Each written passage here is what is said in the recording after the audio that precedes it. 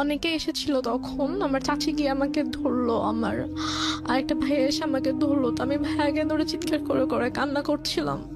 আমার নাম হচ্ছে রেহনুমা। রেনুমা বয়স কত? আমার বয়স 24 বছর। রেনুমার বয়স 24 বছর। রেনুমার সঙ্গে আমার পরিচয় সপ্তাহ দুয়েকের মতো বলা চলে, এবং তার সঙ্গে আমার ফেসবুকে কথা হচ্ছিল, যেটা বলছিলাম রেনুমা একটু আগে। তো 24 বছর বয়স, এবং আপনি পড়ছেন একটা প্রাইভেট ইউনিভার্সিটিতে, জি। এবং আরো অনেক পরিচয় যেগুলো আমাদের অনুষ্ঠানে নেওয়া হয়, সেগুলো হয়তো আমি ইন ডিটেইলে যাবো না আপনার গল্পের খাতিরেই। রেনুমা, আমি ফ্লোর দেওয়ার আগে একটু বলতে চাই যে 24 বছর বয়সে আপনার জীবনে যা ঘটেছে এবং আপনি যেটা বলতে চাচ্ছেন, সেটা অত্যন্ত সাহসী ভূমিকায় না গেলে এই ধরনের কথা লাখ লাখ মানুষের কাছে, এবং এরকম সুপার ডোমিনেটিভ একটা শোতে, রেডিও শোতে, যেখানে দেশ তো দেশের বাইরে থেকে, আমি কালকেও জাপান থেকে একটা ফোন পাচ্ছিলাম যে এত মানুষ শোনে, সেখানে এরকম একটা সাহসী স্টেপ কেন নিলেন? আপনার গল্পটা আমি জানতে চাচ্ছি না, আমি জানতে চাচ্ছি কেন, ওয়াই দিস শো, কেন রেডিওতে লাখ লাখ মানুষকে বলার আগ্রহ পোষণ করলেন? প্রথমত যে আমি আপনার শোগুলো প্রথম থেকে শুনে আসছিলাম যে মানুষ কিভাবে তাদের জীবনের কথাগুলো এখানে এসে বলে, সবার কাছে শেয়ার করে। দেখা যায় যে আমরা ভিতরে অনেক সময় আমাদের ব্যাপারগুলো ভিতরে রেখে আমরা ঘুমড়ে ঘুমড়ে অনেক সময় মানে কষ্ট ভোগ করি, যে আমরা কাউকে বলতে পারছি না, ভিতরে ভিতরে কষ্ট লাগে। তো কথাগুলো যদি আমরা কারোর কাছে শেয়ার করি তাহলে হয়তো আমাদের একটু ভালো ফিল করব, অথবা সবাই জানতে পারবে, এবং আমার জীবনের ঘটনাগুলো থেকে হয়তো কেউ একটু মানে সচেতন হতে পারবে। এই জন্য আর কি আমার ইচ্ছা হয় যে হ্যাঁ, আমি চাই গিয়ে সবার সাথে আমার জীবনের গল্পটা শেয়ার করি, যাতে আমি নিজেকে একটু হালকা ফিল করি, প্লাস হচ্ছে সবাই জানতে পারে যে কিভাবে এরকম সমস্যা হলে ফেস করতে পারবে, অথবা হচ্ছে নিজেকে কাটিয়ে উঠতে পারবে সমস্যা থেকে। ফাইন, আমরা অফকোর্স সেই জায়গাটা থেকে আমার বিষয়গুলো লজিক্যাল মনে হয়েছে বলেই আমি আজকে ওখানে সুযোগ দিয়েছি। সো আমরা স্টোরি কন্টিনিউ করি, আর ইন দ্য মিন টাইম আজকের এই অনুষ্ঠান চলাকালীন সময়ে আমাদের ইউটিউব চ্যানেলে আপলোড হবে।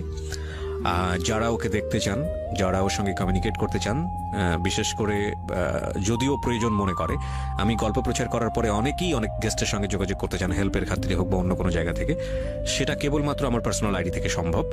যদি মনে করেন যে ওর সঙ্গে আপনারা যোগাযোগ করবেন, তাহলে যেটা করবেন, আমার ফেসবুক পেজ, একটাই মাত্র পেজ আছে, www.facebook.com/kibria.rj, KEBRIA.RJ। এই পেজটিতে এসে আমার পার্সোনাল আইডি ট্যাগ দেয়া আছে ওর ছবির সাথে, আপনারা ওখানে গিয়ে আমাকে ফলো করতে পারেন, ওখানে আপনারা আমাকে ইনবক্স করতে পারেন, এবং আমি যদি মনে করি যে ইয়েস ওর সঙ্গে কথা বলার মতো, তাহলে আপনার সঙ্গে আমি কমিউনিকেট করে দেবো, যে যদি আমার গেস্ট ইচ্ছা পোষণ করে। এটা সবগুলো এপিসোডের ক্ষেত্রে একই নিয়ম।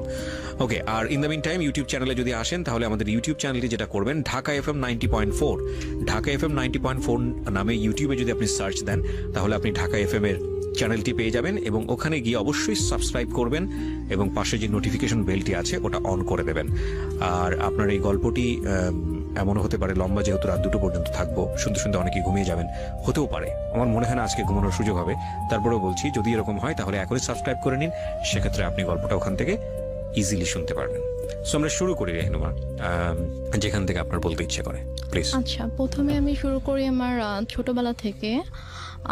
আমরা 2 বোন, আর আমার বাবা অনেক ভালো একজন মানুষ ছিলেন, খুবই শান্তশিষ্ট, মানে কখনো কারোর সাথে উঁচু গলায় কথা বলেনি, আমাদেরকে কখনো গায়ে হাত তোলেনি, এবং সবার কাছে আমার আব্বু অনেক প্রিয় একজন মানুষ ছিল। তো আমরা 2 বোনই আমার বাবার অনেক আদরের ছিলাম, স্পেশালি আমি। ছোটবেলায় যখন আমার 2.5 বছর বয়স, তখন আমার বাবার অনেক বড় একটা অ্যাক্সিডেন্ট হয়। আব্বু অলমোস্ট 11 মাসের মতো হসপিটালে ছিলেন। তখন থেকে আর কি আমাদের মোটামুটি আমাদের লাইফটা একটু চেঞ্জ হওয়া শুরু করে, যেহেতু আব্বু কাজ করতে পারতো না।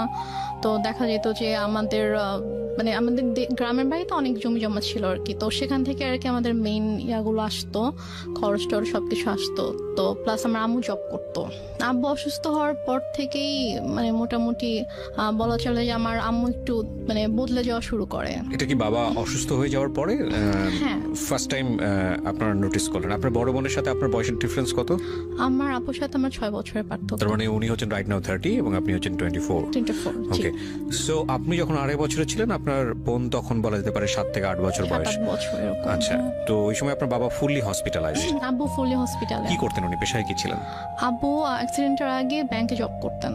আচ্ছা, তো তো ওই সময় মা খারাপ আচরণ করা শুরু করলো। মানে আপুই বেসিক্যালি আমাকে পেলেছে আর কি ছোটবেলা থেকে আমাকে, কারণ আম্মু বেশিরভাগ সময় হয়তো জবের কারণে বাইরে থাকতো, আব্বু সিক ছিল, সব দায়িত্ব আম্মুকে নিতে হতো। ও, মাও তখন জব করতো? হ্যাঁ, আম্মু জব করতো। তো তখন থেকে আর কি আম্মু বাসায় আসলে দেখা যেত খুব অল্পতেই রেগে যেত, তারপর অনেক খারাপ ব্যবহার করতো। তো এগুলো নিয়ে আর কি আব্বুর সাথেও আম্মুর একটু ঝামেলা শুরু হয়ে যায় যে তুমি কেন বাচ্চাদের সাথে এরকম ব্যবহার করছো, এটা তো ঠিক করছো না তুমি। তো তখন থেকে আর কি বলা যায় যে আমাদের জীবনটা বদলে যাওয়া শুরু করে। আমরা অনেক হ্যাপি একটা ফ্যামিলি ছিলাম মোটামুটি।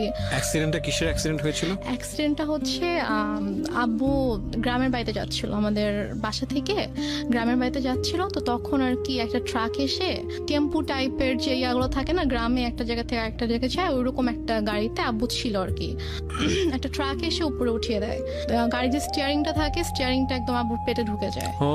ঢুকে মানে খুবই ডেঞ্জারাস অ্যাক্সিডেন্ট। আব্বুর শরীরে অনেক হাড্ডি ভেঙে যায়। তারপর হচ্ছে স্টিয়ারিং ঢুকে একদম আব্বুর পুরো পেট একদম মানে চিড়ে ফেরে যে সাইডে একটুখানি ঝুলে থাকে এমন অবস্থা, পেটের ভিতরে যা কিছু ছিল সবকিছু বের হয়ে যায়। মানে খুবই মানে ডেঞ্জারাস একটা অ্যাক্সিডেন্ট। আব্বুর বাসারই কথা, এটা আসলে বাঁচারই কথা না, রাইট? এখন আলহামদুলিল্লাহ আল্লাহ হায়াত দিয়েছিল জন্য আব্বু অ্যাক্সিডেন্টের পরে 14 বছরের মতো বেঁচে ছিল। বাট মানে যে অবস্থা ছিল আব্বু হাঁটতে পারতো না। আচ্ছা, আব্বুর 11 মাস পরে যখন আব্বুকে বাসায় নিয়ে আসা হলো তখন আব্বু হাঁটতে পারতো না, আব্বু টোটালি হচ্ছে বিছানায় ছিল। তো আম্মু তখন আর কি আব্বুকে অনেক টেক কেয়ার করেছে। আব্বুকে হচ্ছে আমরা মানে যে ওয়াকার, বেবিরা যেরকম ওয়াকারে হাঁটে আমরা ওরকম করে আব্বুকে নতুন করে আব্বুকে বসানো শিখাইতে হয়েছে, আব্বুকে দাঁড়ানো শিখাইতে হয়েছে, দেন ওয়াকারে করে আব্বুকে হাঁটাতে হয়েছে। তো তারপর যাই হোক অনেক বছর পার হলো। 2001-এ আমার বড় বোনের বিয়ে হয়ে যায়। আচ্ছা, আপুর খুব অল্প বয়সে বিয়ে হয়, তখন 14 বছর বয়স ছিল। তো মানে অনেক ভালো ছেলে পেয়েছিল, ওই জন্য হয়তো মানে বিয়ে দিয়ে দেয় আর কি। 14 বছর বয়সে? হ্যাঁ, যখন 14 বছর আচ্ছা। বয়স। তারপর 2001-এ বিয়ে হয়। তারপর 2005-এ আপু দেশের বাইরে চলে যায় আচ্ছা, হাজবেন্ডের সঙ্গে। আপুর হাজবেন্ড দেশের বাইরে থাকতো। তারপর 2005-এ দেশের বাইরে চলে যাওয়ার পরে আমরা হচ্ছে তখন তো আমি একা একদম, আব্বু আম্মু আমি। এর মাঝে তো অনেক মানে কি বলবো, নিজের মা সম্পর্কে আসলে এভাবে কথাগুলো বলতেও আমার খারাপ লাগছে, তারপর বলতে হয়। 2005-এ আপু চলে যাওয়ার পর থেকে আর কি আম্মুর মানে ব্যবহারগুলো আরো বেশি খারাপ হওয়া শুরু করে আমার সাথে, আব্বুর সাথে। বাবা কি তখন জব করছে নাকি একদম ফুল বেড? বাবা বেসিক্যালি হচ্ছে যে অ্যাক্সিডেন্টের পরে বাবা জব করতো না, কারণ বাবা হাঁটা চলে তো অনেক বছর করতে পারেনি। তারপর কি বাবার হচ্ছে যে কিছু মানে জায়গায় হয়তো টাকা দেওয়া ছিল বিজনেসের ইয়াতে, ওখান থেকে আসতো, প্লাস বাড়ি থেকে আসতো, ওভাবেই আর কি আমাদের সংসার চলছিল। তারপর 2006 সালে 2006 সালে আপনারা তখন কোথায়? আপনারা কি তখন ঢাকাতে না, নাকি? আমরা তখন ঢাকাতে না, আমরা তখন আমাদের বাড়িতে গেলেন কবে? বাড়িতে গিয়েছি আমরা হচ্ছে এক বছর একটু বেশি সময় হচ্ছে ঢাকায় ছিলাম। আচ্ছা, তারপর হচ্ছে তখন থেকে আমরা বাড়িতে মানে 96-এর কি মাস অ্যাক্সিডেন্ট করেছিল সেটা আমার মনে নেই, বাট আমরা হচ্ছে 13-14 মাসের মতো ঢাকায় ছিলাম। তারপরে আর কি আমরা বাড়িতে চলে যাই। বাড়ি কোথায় চলে গেলেন? আমাদের বাড়ি ছিল সিরাজগঞ্জে চলে গেলেন। আচ্ছা, তো সিরাজগঞ্জে মানে হচ্ছে আপনার বাবার বাড়িতে চলে গেলেন? না, আমাদের বাসা, আমরা যে বাসাটা তখন আমরা ভাড়া থাকতাম, ওখানে। সো 1 বছর বাবার এখানে থেকে ট্রিটমেন্ট করাতে হয়েছে বাবাকে শুধুমাত্র? তারপর আমরা সিরাজগঞ্জে চলে যাই। তো ওখানে আমাদের বাসা ছিল, ওখানে আমরা যাই, গিয়ে ওখানে থাকি আর কি। আম্মু কিছুদিন পরে হচ্ছে জয়েন করে, আম্মু আগেও জব করতো, ওই সেম জবটাতে আম্মু আর কি জয়েন করে। আচ্ছা, আর আব্বু হচ্ছে ওই টুকটাক মানে বেশি তো হাঁটাচলা করা নিষেধ ছিল, বলেছিল যে যতটা সম্ভব রেস্ট নিতে। তো আব্বু এরকম মানে জবে আর যাওয়া হয়নি, তো টুকটাক বিজনেস করতে ভাবে চলতো আর কি আমাদের। তো তারপর হচ্ছে 2006 সালে একটা ঘটনা আমি দেখি আর কি, মানে আমি ঘুমাচ্ছিলাম, তো ঘুম থেকে উঠে আমি যখন আম্মুর মানে বেডরুমের দিকে যখন আমি গেলাম, তো গিয়ে আর কি আমি খুবই আপত্তিজনক একটা আমি দেখি। সো তারপর থেকে আর কি আমার আম্মুর প্রতি বাবা কোথায় তখন? আমার আব্বু তখন বাইরে ছিল। বাইরে বলতে? বাইরে হচ্ছে আব্বু ওই ব্যবসার কাজে আব্বু বাইরে গিয়েছিল, একটা শপ ছিল ওখানে আব্বুর, তো ওই শপে গিয়েছিল আর কি। আচ্ছা, সো আপনি যে আপত্তিকর অবস্থাটা দেখলেন, এটা কি বেসিক্যালি আপনি ফার্স্ট টাইম নোটিস করলেন এরকম? হ্যাঁ, আমি ফার্স্ট টাইম নোটিস করলাম এরকম কিছু। তো তখন আপনি স্কুলে পড়েন? তখন আমি মেবি ক্লাস 7-এ পড়ি। Okay, 6, so 7 স্কুলে পড়েন, হাই স্কুলে হ্যাঁ, পড়েন। স্কুলে পড়ি হ্যাঁ। তখন আমি। তো তারপর ওটা দেখার পর থেকে আম্মুর তো প্রচন্ড ভয় পেতাম, মানে দেখা যেত যে আম্মু কিছু একটা বললে অথবা একটু জোরে কথা বললে আমি ভয় পেয়ে যেতাম, বুকের ভিতরে কাঁপুনি শুরু হয়ে যেত যে এখন কি হবে কি হবে। তো তারপর ওই ঘটনাটার পর থেকে আমি জাস্ট রুমে ঢুকে যখন দেখেছি সাথে সাথে আমি রুম থেকে বের হয়ে গিয়েছি আর কি, আমি আমার রুমে চলে গিয়েছি। তো তার কিছুক্ষণ পরে আম্মু এসেছে আমার রুমে, তো এসে আমাকে বলছে যে যা দেখেছো সেটা যেন বাবাকে না বলা হয়, যদি বলো তাহলে কিন্তু তোমার খবর আছে। আচ্ছা, মানে মা আপনাকে সবসময় এই ধরনের শাসনই করতো, সো শাসনই করতো। শাসনই করলো বিষয়টা নিয়ে। হ্যাঁ, আচ্ছা, শাসনই করলো। তারপর আমি তো আমি আগে বলেছি যে আমি প্রচন্ড ভয় পেতাম আম্মুকে, তো আমি আর কিছু বলি না, বাবা আসার পরও কিছু বলি না। তো তারপর এভাবে চলছিল। এরপরও আরো কয়েকবার আমি এরকম ঘটনা আমার চোখের সামনে হয়েছে, কারণ ওই দিনে আমি দেখার পর থেকে আসলে আম্মুরও একটা ভয় কেটে যায় যে হ্যাঁ আমি তো বাবাকে কিছু বলিনি, আমি কিছু বলবো না। তো আমার সামনে এরকম ঘটনা আরো অনেকবার হয়েছে, বাট আমি বাবাকে কিছু বলতে পারিনি আর কি। তো তারপরে গিয়ে আমরা 2007 সালে আমরা নিজেদের বাসা করি। তো সিরাজগঞ্জে, হ্যাঁ, নিজেদের বাসা করি। নিজেদের বাসা করার পরে ওখানে আমরা শিফট হই। তো তারপর 2009 সালে হঠাৎ করে একদিন আমার আব্বু প্রচন্ড অসুস্থ, এবং তার যে পারিবারিকভাবে বেড়ে ওঠা সেখানে সে ফোকাস করেছে। সেখানে যে ঘটনাটা আপনারা শুনেছেন এটা একটা অনভিপ্রেত ঘটনা, কিন্তু একটা বিষয় অবশ্যই মনে রাখতে হবে, প্রত্যেকটা মানুষ যখন যে কাজ করে তার নিজস্ব একটা যুক্তি থাকে, তার নিজস্ব একটা লজিক থাকে। আমরা যখন যেহেতু একটা সামাজিক জীব, আমাদের ধর্মীয় অনুশাসন আছে, আমাদের রীতিনীতি শিষ্টাচার মেনে চলতে হয়, সেটা পরিবারের মধ্যে আছে, সামাজিকতার জায়গাতে আছে। কিন্তু কিছু বিষয় থাকে যে বিষয়গুলো হয়তো এভাবে কখনোই ফোকাস করা হয় না, এবং ফোকাস করার প্রয়োজনটা কি সেটাও হয়তো প্রয়োজন মনে করেন না অনেকেই।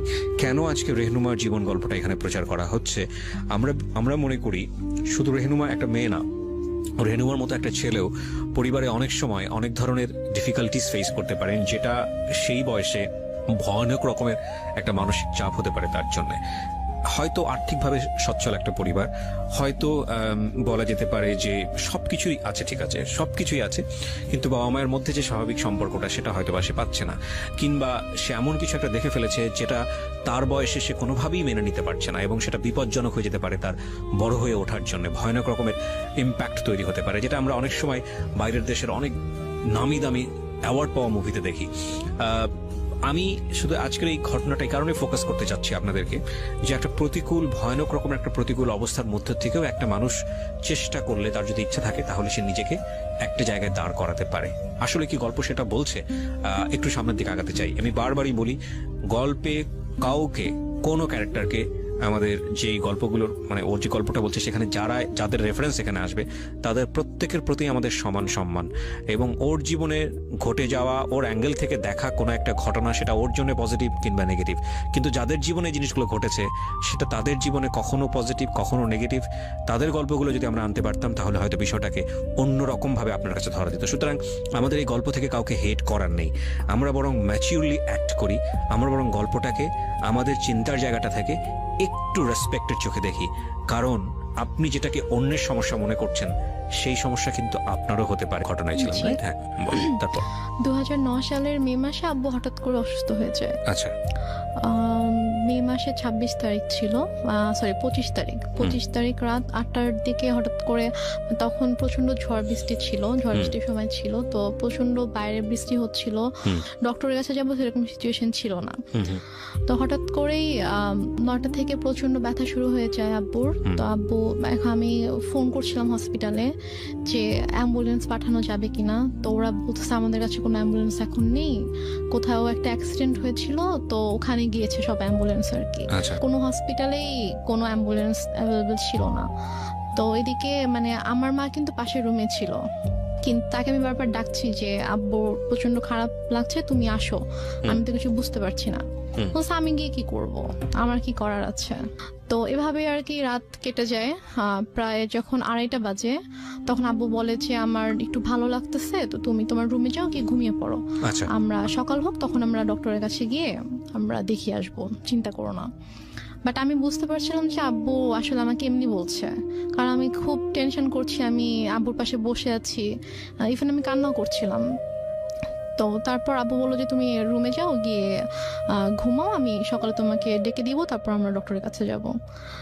মানে আমার আব্বু এত কষ্ট পাচ্ছিল, আমি বারবার আম্মুর কাছে গিয়ে রিকোয়েস্ট করছিলাম যে তুমি একটু আসো, তুমি একটু আব্বুকে দেখো, বাট আম্মু আসছিল না। তার আগে কি আপনার আব্বু আম্মুর মধ্যে কোনো ঝগড়া দেখেছেন কোনো আপনি? ঝগড়া হয়নি, কোনো ঝগড়া ছিল কোনো না? ঝগড়া হয়নি। আমি আচ্ছা। তো আপনাকে প্রথমে বলেছি আমার আব্বু খুবই শান্ত একজন মানুষ ছিলেন। আচ্ছা, সে ওকে। মানে কারোর সাথে কখনো কোনো ঝগড়া করতো না। লাইক আম্মু যদি কখনো রাগারাগিও করতো, চিল্লাফাল্লা করতো, আব্বু কিছু বলতো না, আচ্ছা। আব্বু চুপ হয়ে থাকতো। হুম। তারপর আমি আমার রুমে চলে যাই। তো হঠাৎ করে প্রায় 10-15 মিনিট পরে আব্বু চিৎকার করে আমাকে ডাকে। হুম। তো আমি ছুটে আব্বুর রুমে যাই। তো রুমে যাওয়ার পরে দেখি যে আব্বু বলছে আমার খুব খারাপ লাগছে, তুমি আমাকে বারান্দায় নিয়ে যাও। আচ্ছা। তো আমি আব্বুর রুম থেকে আব্বুকে ধরে বারান্দায় নিয়ে আসি। হুম হুম। তো আব্বু যখন থেকে ব্যথা শুরু হয় তখন থেকে আব্বু জাস্ট বুকে হাত দিয়ে রেখেছিল, যেখানে ব্যথা করছিল। আব্বু বসতে পারছিল না, শুতেও পারছিল না, আতশোয়া হয়েছিল বিছানায়। তুমি আব্বুকে ধরে বারান্দায় নিয়ে যাই। নিয়ে যাওয়ার পরে আব্বুকে চেয়ারে বসিয়ে দিই। তো তারপর আব্বু বমি করে দেয়। তো বমি হচ্ছিল, তো মানে তখন আমি কান্না করতে করতে আম্মুর কাছে যাই যে আম্মু আসো, আব্বু তো বমি করছে, হুম। মরে যাক, আমার কি, আমি পারবো না যেতে, আমাকে ডাকবা না, এটা আপনার মা বলে? আমার মা বলে। আচ্ছা, প্লিজ। ওকে, হ্যাঁ। তারপর আমি মাকে ডাকতে যাইনি।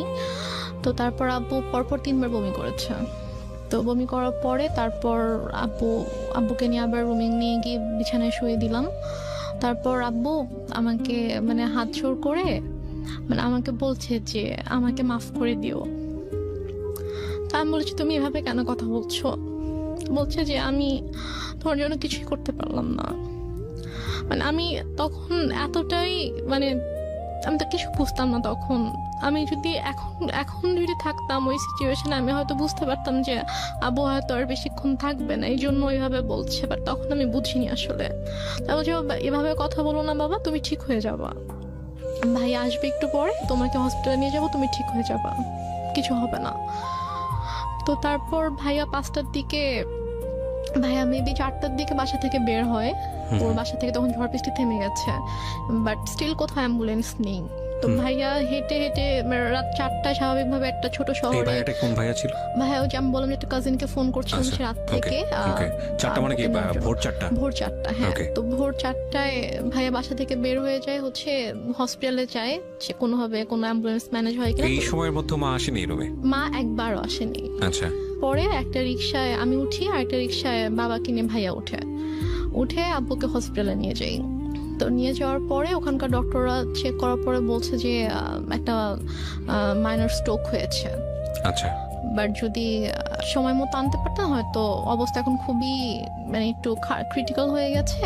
ওটা থেকে আমরা সেভ করে দিত? দেখছি, হ্যাঁ আমরা দেখছি, বাট যদি রাতে আনতে পারতেন। মানে জিজ্ঞেস করেছে যে কখন থেকে এরকম হচ্ছে। তো যখন আমি ডিটেল বললাম ডক্টরকে, তখন বলছে যে রাতে আনা উচিত ছিল। তো বললাম আসলে রাতে এরকম সিচুয়েশন ছিল না যে আমি হসপিটালে নিয়ে আসবো আব্বুকে। তো তারপর ইসিজি করা হলো, সব চেক আপ করা হলো। আব্বুকে আব্বু সারা রাত তো ঘুমায়নি, তো আব্বুকে ঘুমের ইঞ্জেকশন দেওয়া হলো ঘুমানোর জন্য। তো 6:30টার দিকে আমি আম্মুকে ফোন করলাম, আব্বুর ফোনটা আমার কাছে ছিল। তো আমি আম্মুকে ফোন করলাম যে আম্মু এই ঘটনা, আব্বুর তো স্ট্রোক হয়েছে, তো ডক্টর এটা বলেছে। তো বলতেছে যে তুমি আমাকে কেন ফোন দিয়েছো, তোমার বাবা তুমি দেখো, আমাকে কেন বারবার ফোন দিয়ে বলতেছো? বলছে যে আম্মু আমি একা একা এখানে কি করব, তুমি আসবা না? বলতেছে যে না আমি আসতে পারবো না। এখন টাকা পয়সার একটা ব্যাপার ছিল, কারণ আমি আসার সময় তো আমি কোনো টাকা পয়সা নিয়ে আসিনি। ভাইয়া আর কি হসপিটাল মেডিসিন যা কিছু লেগেছে ভাইয়া এনেছে। তো তারপর আমি আমাকে বললাম যে আমার তো টাকা লাগবে, হসপিটালে তো টাকা লাগবে। তো টাকা লাগবে, তুমি তোর বাবাকে বলো কোথায় টাকা রেখেছে, এসে নিয়ে যাও, আমি কিছু জানি না, আমাকে আর ফোন দিবা, আমাকে বিরক্ত করবা না। তো তারপর আমি আর মাকে ফোন দিই না, আমি আমার চাচুকে ফোন দিই। আমার ছোট চাচু আমাদের বাসা থেকে 15 মিনিটের দূরত্বে থাকতো। তো চাচুকে ফোন দিয়ে বলি যে চাচু আব্বু তো এরকম হসপিটালে, তো আপনি আসেন। সে বলে যে আমি মাত্র ঘুম থেকে উঠেছি, আমার অফিস আছে, আমি এখন আসতে পারবো। তো তারপরে আর কি ডক্টররা হচ্ছে আব্বুকে কেবিনে শিফট করলো। ফার্স্টে তো ইমার্জেন্সিতে ছিল, তারপর কেবিনে শিফট করার পরে আমি আবার প্রায় মনে হয় 8টার দিকে আম্মুকে ফোন করি, তুমি কি একটু স্যুপ অথবা রুটি সবজি একটু বানাতে পারবা আব্বুর জন্য? বলে কেন, আমি কেন বানাবো, তোমার দরকার থাকলে তুমি সে পানি নিয়ে যাও। কোন ক্লাসে পড়েন তখন আপনি? আমি তখন ক্লাস 9-এ পড়ি। ক্লাস 9-এ, ওকে। তো কি মনে করে আম্মু আবার প্রায় আধা ঘন্টা পরে ফোন দিয়েছে, ফোন দিয়ে বলছে যে একটু পরে তো বুয়া আসবে, তো বুয়া আসলে আমি বুয়াকে দিয়ে নাস্তা বানিয়ে পাঠিয়ে দিব। তো বললাম আচ্ছা ঠিক আছে। বুয়া আসছে পরে, হয়তো বুয়াকে দিয়ে নাস্তা বানিয়েছে, বানিয়ে আম্মু নিজে এসেছে 9:30টার দিকে। এসে বলতেছে যে এই যে নাস্তা দিলাম, এখন আমি যাচ্ছি, আমাকে আর বিরক্ত করবা না, আমাকে আর ফোন দিবা না, কি কর তুমি করো, তোমার বাবার ড্রয়ারে টাকা আছে ওখান থেকে নিয়ে তুমি খরচ করো, আমাকে বিরক্ত করো না তুমি। তারপর ডক্টর বললো যে আব্বুর মোটামুটি অবস্থা ভালো, মানে স্টিল কিন্তু স্যালাইন চলছে। তারপর বললো যে এখন মোটামুটি ভালো আছে। তো আরেকটা কথা বলে রেখে, হসপিটালটা ছিল হচ্ছে আমার চাচির ভাইয়ের আর কি। আচ্ছা। তো ওই আঙ্কেল এসে বললো যে সেই হিসেবে আব্বুর আর কি একটু এক্সট্রা কেয়ার হচ্ছিল। তো তারপর 8টার দিকে ডক্টর এসেছে, এসে বললো যে এখন মোটামুটি ঠিক আছে, কোনো রিস্ক নেই। তো উনি ঘুমানোর তো ইঞ্জেকশন দেওয়া হয়েছিল, তো উনি ঘুমালে উনি বেটার ফিল করবে, আপনারা ওনাকে বেশি বিরক্ত করেন না, এটা বলছে আর কি।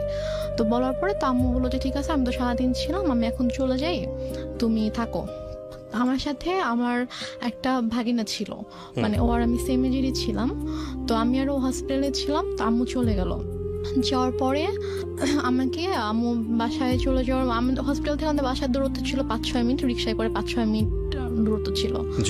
তো তারপর আম্মু বাসায় গিয়ে আমাকে ফোন দিয়েছে, ফোন দিয়ে বলছে তুমি বাসায় আসো, তুমি আমার যে ইয়াটা ছিল, নাম ছিল মধু, বলছে তুমি আর মধু বাসায় আসো। তো আমি বলছি বাসায় কেন যাবো, আব্বু তো একা থাকবে। তো বলছে যে সমস্যা নেই, তুমি আসো, তোমার বড় খালামণি যাচ্ছে। আচ্ছা। তো আমি বললাম যে বড় খালামণি কেন আসবে, বড় খালামণিকে দেখলে তো আব্বু রেগে যাবে। মানে আমার বড় খালামণির সাথে আব্বুর একটু সমস্যা ছিল। আচ্ছা। সমস্যা ছিল বলতে যে মানে বড় খালামণির মানে বিহেভিয়ারের জন্য আব্বু বড় খালামণিকে পছন্দ করতো, এটা অ্যাভয়েড করতো আর কি। আচ্ছা। তো বলছে আব্বু যদি রেগে যায় তখন আব্বুর জন্য তো এটা মানে খারাপ হতে পারে, লাইক যে যাকে পছন্দ করে না, ঘুম থেকে অসুস্থ অবস্থায় যদি উঠে তাকে দেখে, তখন তো স্বাভাবিকভাবে তার খারাপ লাগবে। যে মানুষ তো চায় যে অসুস্থ থাকলে তার প্রিয় মানুষ তার পাশে থাকুক। জি। তো তারপর আমি বলি যে না, আমি আসবো না। আমরা এখানে একটা বিরতি নিতে চাই প্রিয় শ্রোতা। আপনারা শুনছেন মিস্টার ম্যাঙ্গো ক্যান্ডি প্রেজেন্স জীবন গল্প। আমি আরজি কিবরিয়া আপনার সঙ্গে রয়েছি। রেহনুমা আজকের এই জীবন গল্প বলছে। রেহনুমাকে দেখার জন্য আপনাদের আমাকে আম্মু মানে অনেক ফোর্স করে যে তুমি এখনই আসবা, তোমার চিন্তা করার কিছু নেই, তোমার বড় খালামণি আব্বুকে টেক কেয়ার করবে, তারপর তুমি বাসায় থাকবা, আমি আবার ফ্রেশ হয়ে আমি যাব হসপিটালে। আমি এর মধ্যে বড় খালামণি চলে আসে। বড় খালামণির সাথে ছিল আমাদের একটা মামা, আম্মুর কাজিন ছিল। ওনারা আসার পরে আমি বাবা ঘুমাচ্ছিল, তো আমি গিয়ে বাবার কাছে গেলাম। তো গিয়ে বাবার মাথায় হাত রেখে আমি বললাম, বাবা তুমি কি ঘুমাচ্ছ? আব্বু একটু করে চোখ খুলেছে, তো খুলে বলছে, মানে ইশারা করে বলছে যে না ঘুমাচ্ছি না। আম্মু তো আমাকে বাসায় ডেকেছে, আমি বাসায় যাচ্ছি, আমি গিয়ে চলে আসবো, বেশিক্ষণ থাকবো না, মা চলে আসবে, তুমি থাকো, আমি আসছি। তা আব্বু জাস্ট চোখ দিয়ে ইশারা করলো যে ওকে। তো দেন আব্বু একটু সাইডে ফিরে যখন ওদেরকে দেখেছে, তখন আর কি আব্বুর মানে এক্সপ্রেশনটা চেঞ্জ হয়ে গিয়েছে আর কি। তো যাই হোক, আমি তো চলে আসলাম বাসায়। এর মধ্যে আমি বাসায় আসার প্রায় 15-20 মিনিট পরে আমার খালা হচ্ছে আম্মুকে ফোন দেয়। ফোন দিয়ে বলে যে ভাইয়ের অবস্থা ভালো না, তুই তাড়াতাড়ি আয়। তা আমি শুনে বলতেছি যে আমি তো মাত্র দেখে আসলাম যে আব্বু চুপচাপ শুয়েছিল, আর ডক্টরও বলে গিয়েছে যে এখন ঠিক আছে, তো হঠাৎ করে কেন অসুস্থ হয়ে গেল? বলছে আমি জানি না, ঠিক আছে আমি গিয়ে দেখছি। তা আমি বললাম যে আমিও যাবো, তোকে যেতে হবে না, তুই ফ্রেশ হয়ে খেয়ে দে তারপর আয়। ওকে। তো আমি অনেকবার রিকোয়েস্ট করলাম আম্মুকে যে আম্মু প্লিজ আমি যাই, আমি তোমার সঙ্গে যাই। বলছে না তুই যাবি না, তুই থাক, আমি যাচ্ছি। তো আম্মু চট করে রেডি হয়ে আম্মু গেল। তো আম্মু মেবি 3:30টার দিকে হসপিটালে গিয়েছে। তো যাওয়ার পরে আমি ফোন দিচ্ছি, ফোন ধরছে না। আমি ফোন দিচ্ছিলাম যে কি হয়েছে, এখন কি অবস্থা, আব্বু ঠিক আছে কিনা। তো যাই হোক, আমি মাত্র খেতে বসেছিলাম আর কি। তো খেতে বসার সাথে সাথে আম্মু আমাকে ফোন দিয়েছে, ফোন দিয়ে বলছে যে ড্রয়ারে টাকা আছে, সবগুলো টাকা নিয়েই হসপিটালে আয়। আমি বলছি কেন, আব্বুর কি অবস্থা এখন? বলছে হ্যাঁ তোর আব্বুকে ঢাকা নিতে হবে, অবস্থা ভালো না, অক্সিজেন দিয়ে রাখছে, তোর আব্বুকে ঢাকা নিতে হবে, তুই টাকাগুলো নিয়ে, এখানকার তো বিল পে করতে হবে, ঢাকা গেলে টাকা লাগবে, তো তুই টাকাগুলো নিয়ে আয়। তা আমি আর খেতে পারলাম না। আমার এর মধ্যে আমার ভিতরে এত অস্থিরতা শুরু হয়েছে যে আমি কান্না শুরু করে দিয়েছি, যে আমার কেমন মানে প্রচন্ড খারাপ লাগছিল। তো তারপর আমি টাকা নিয়ে চট করে বের হলাম। তারপর আমি হসপিটালে আসার পর দেখি যে আমার একজন চাচু বাসার সরি হসপিটালের নিচে দাঁড়িয়ে আছে। আমি রিক্সা থেকে নামার সাথে সাথে চাচু আমার হাত ধরেছে, তো ধরে বলতেছে যে চল উপরে চল। আমি বললাম যে আব্বু কি হয়েছে? তখন আমি মানে আমার খুব খারাপ লাগছিল, যে আমার মানে মনে হচ্ছিল যে মেবি আব্বু নেই। তার মধ্যে সত্যি করে বল আব্বুর কি হয়েছে। তো আব্বুর কেবিন ছিল হচ্ছে 3 তলায়। তো দেন আমি গেলাম, তো চাচু পুরোটা সময় আমার হাত ধরে আছে। 3 তলাতে যাওয়ার পরে দেখেছি আব্বুর মানে কেবিনের দরজাটা খোলা, দরজার সামনে অনেক মানুষ। তো আমি গিয়ে আমি চিল্লানো শুরু করছি যে হার্ট অ্যাটাক করেছে পেশেন্টের, হার্ট পেশেন্টের রুমের সামনে দরজা কেন খোলা থাকবে, এত মানুষ কেন এখানে হইচই করছে, আপনার সরেন এখান থেকে, আমার আব্বুর ডিস্টার্ব হবে। আমি এটা বলতে বলতে রুমে ঢুকে দেখি যে আমার মা খালা একটা বেডে বসে আছে, আর আমি দেখেছি আব্বু শুয়ে আছে। মানে আমি তখনও খেয়াল করিনি যে আব্বুর মাথা নিচে যে বালিশ নেই, অথবা আমি স্যালাইন ট্যালাইন মানে আমি কিছুই খেয়াল করিনি আর কি। আমার জাস্ট মনে হচ্ছে আব্বু নর্মালি শুয়ে আছে, কারণ ওইভাবে শোয়াই আমি দেখে গেছি আব্বুকে। তো আব্বুর মাথার কাছে হচ্ছে আমার চাচু বসে আছে, যে চাচুকে আমি সকালে ফোন দিয়েছিলাম, যিনি বলেছে অফিস আছে আমি আসতে পারবো না, উনি বসে আছে। চাচি এসেছে, উনি দাঁড়িয়ে আছে। তো আমি আব্বুকে দেখো তখনও কিন্তু বুঝতে পারিনি যে আব্বু নেই।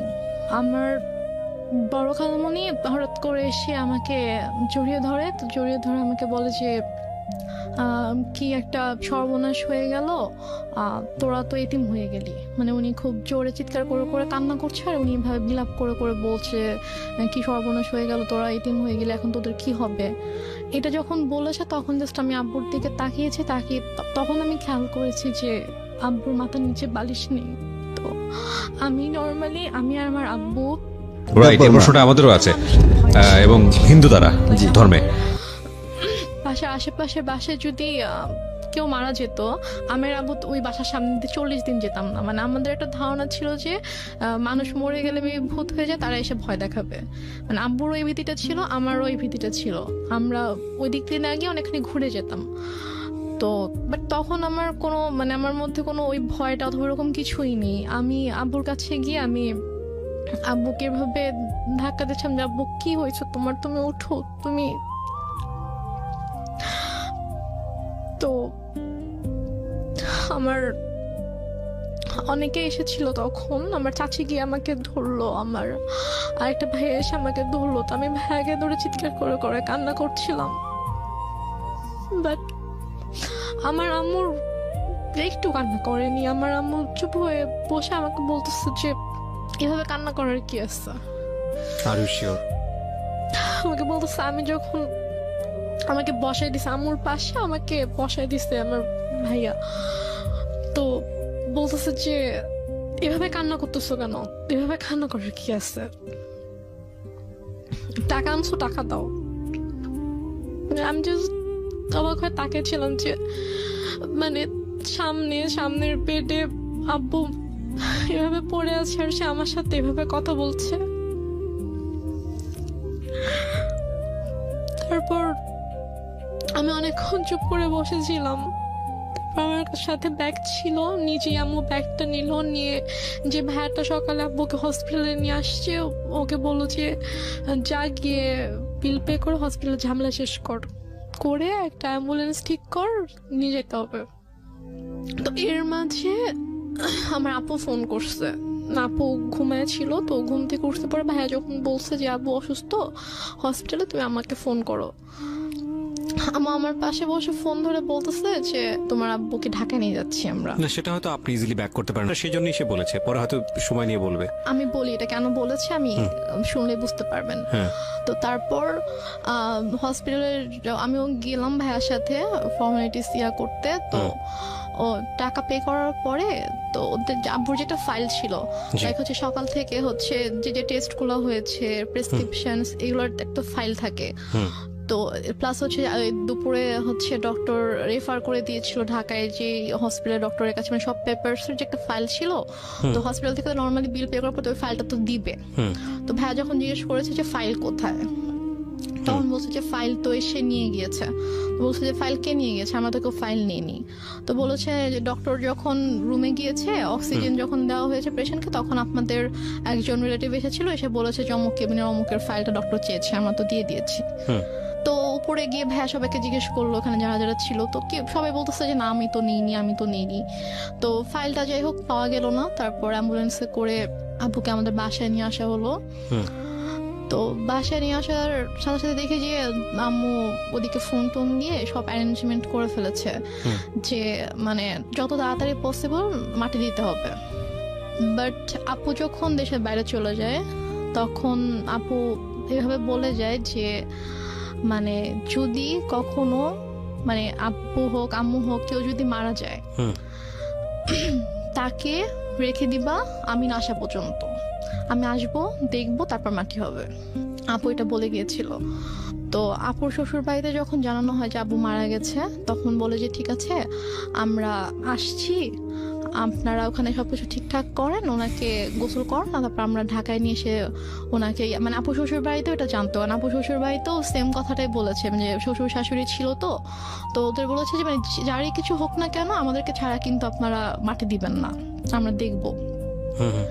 তো ওইভাবে আপুর শ্বশুরও ফোন দিয়ে বলে যে ঠিক আছে ভাইজানকে নিয়ে আসতে হবে ঢাকায়। নিয়ে এসে আমি ব্যবস্থা করছি, এখানে বারডেমে সম্ভবত ছিল হিমাগার আছে, তো ওখানে বলো যে ওখানে রাখবো, আমি সব ব্যবস্থা করে আমি আসছি।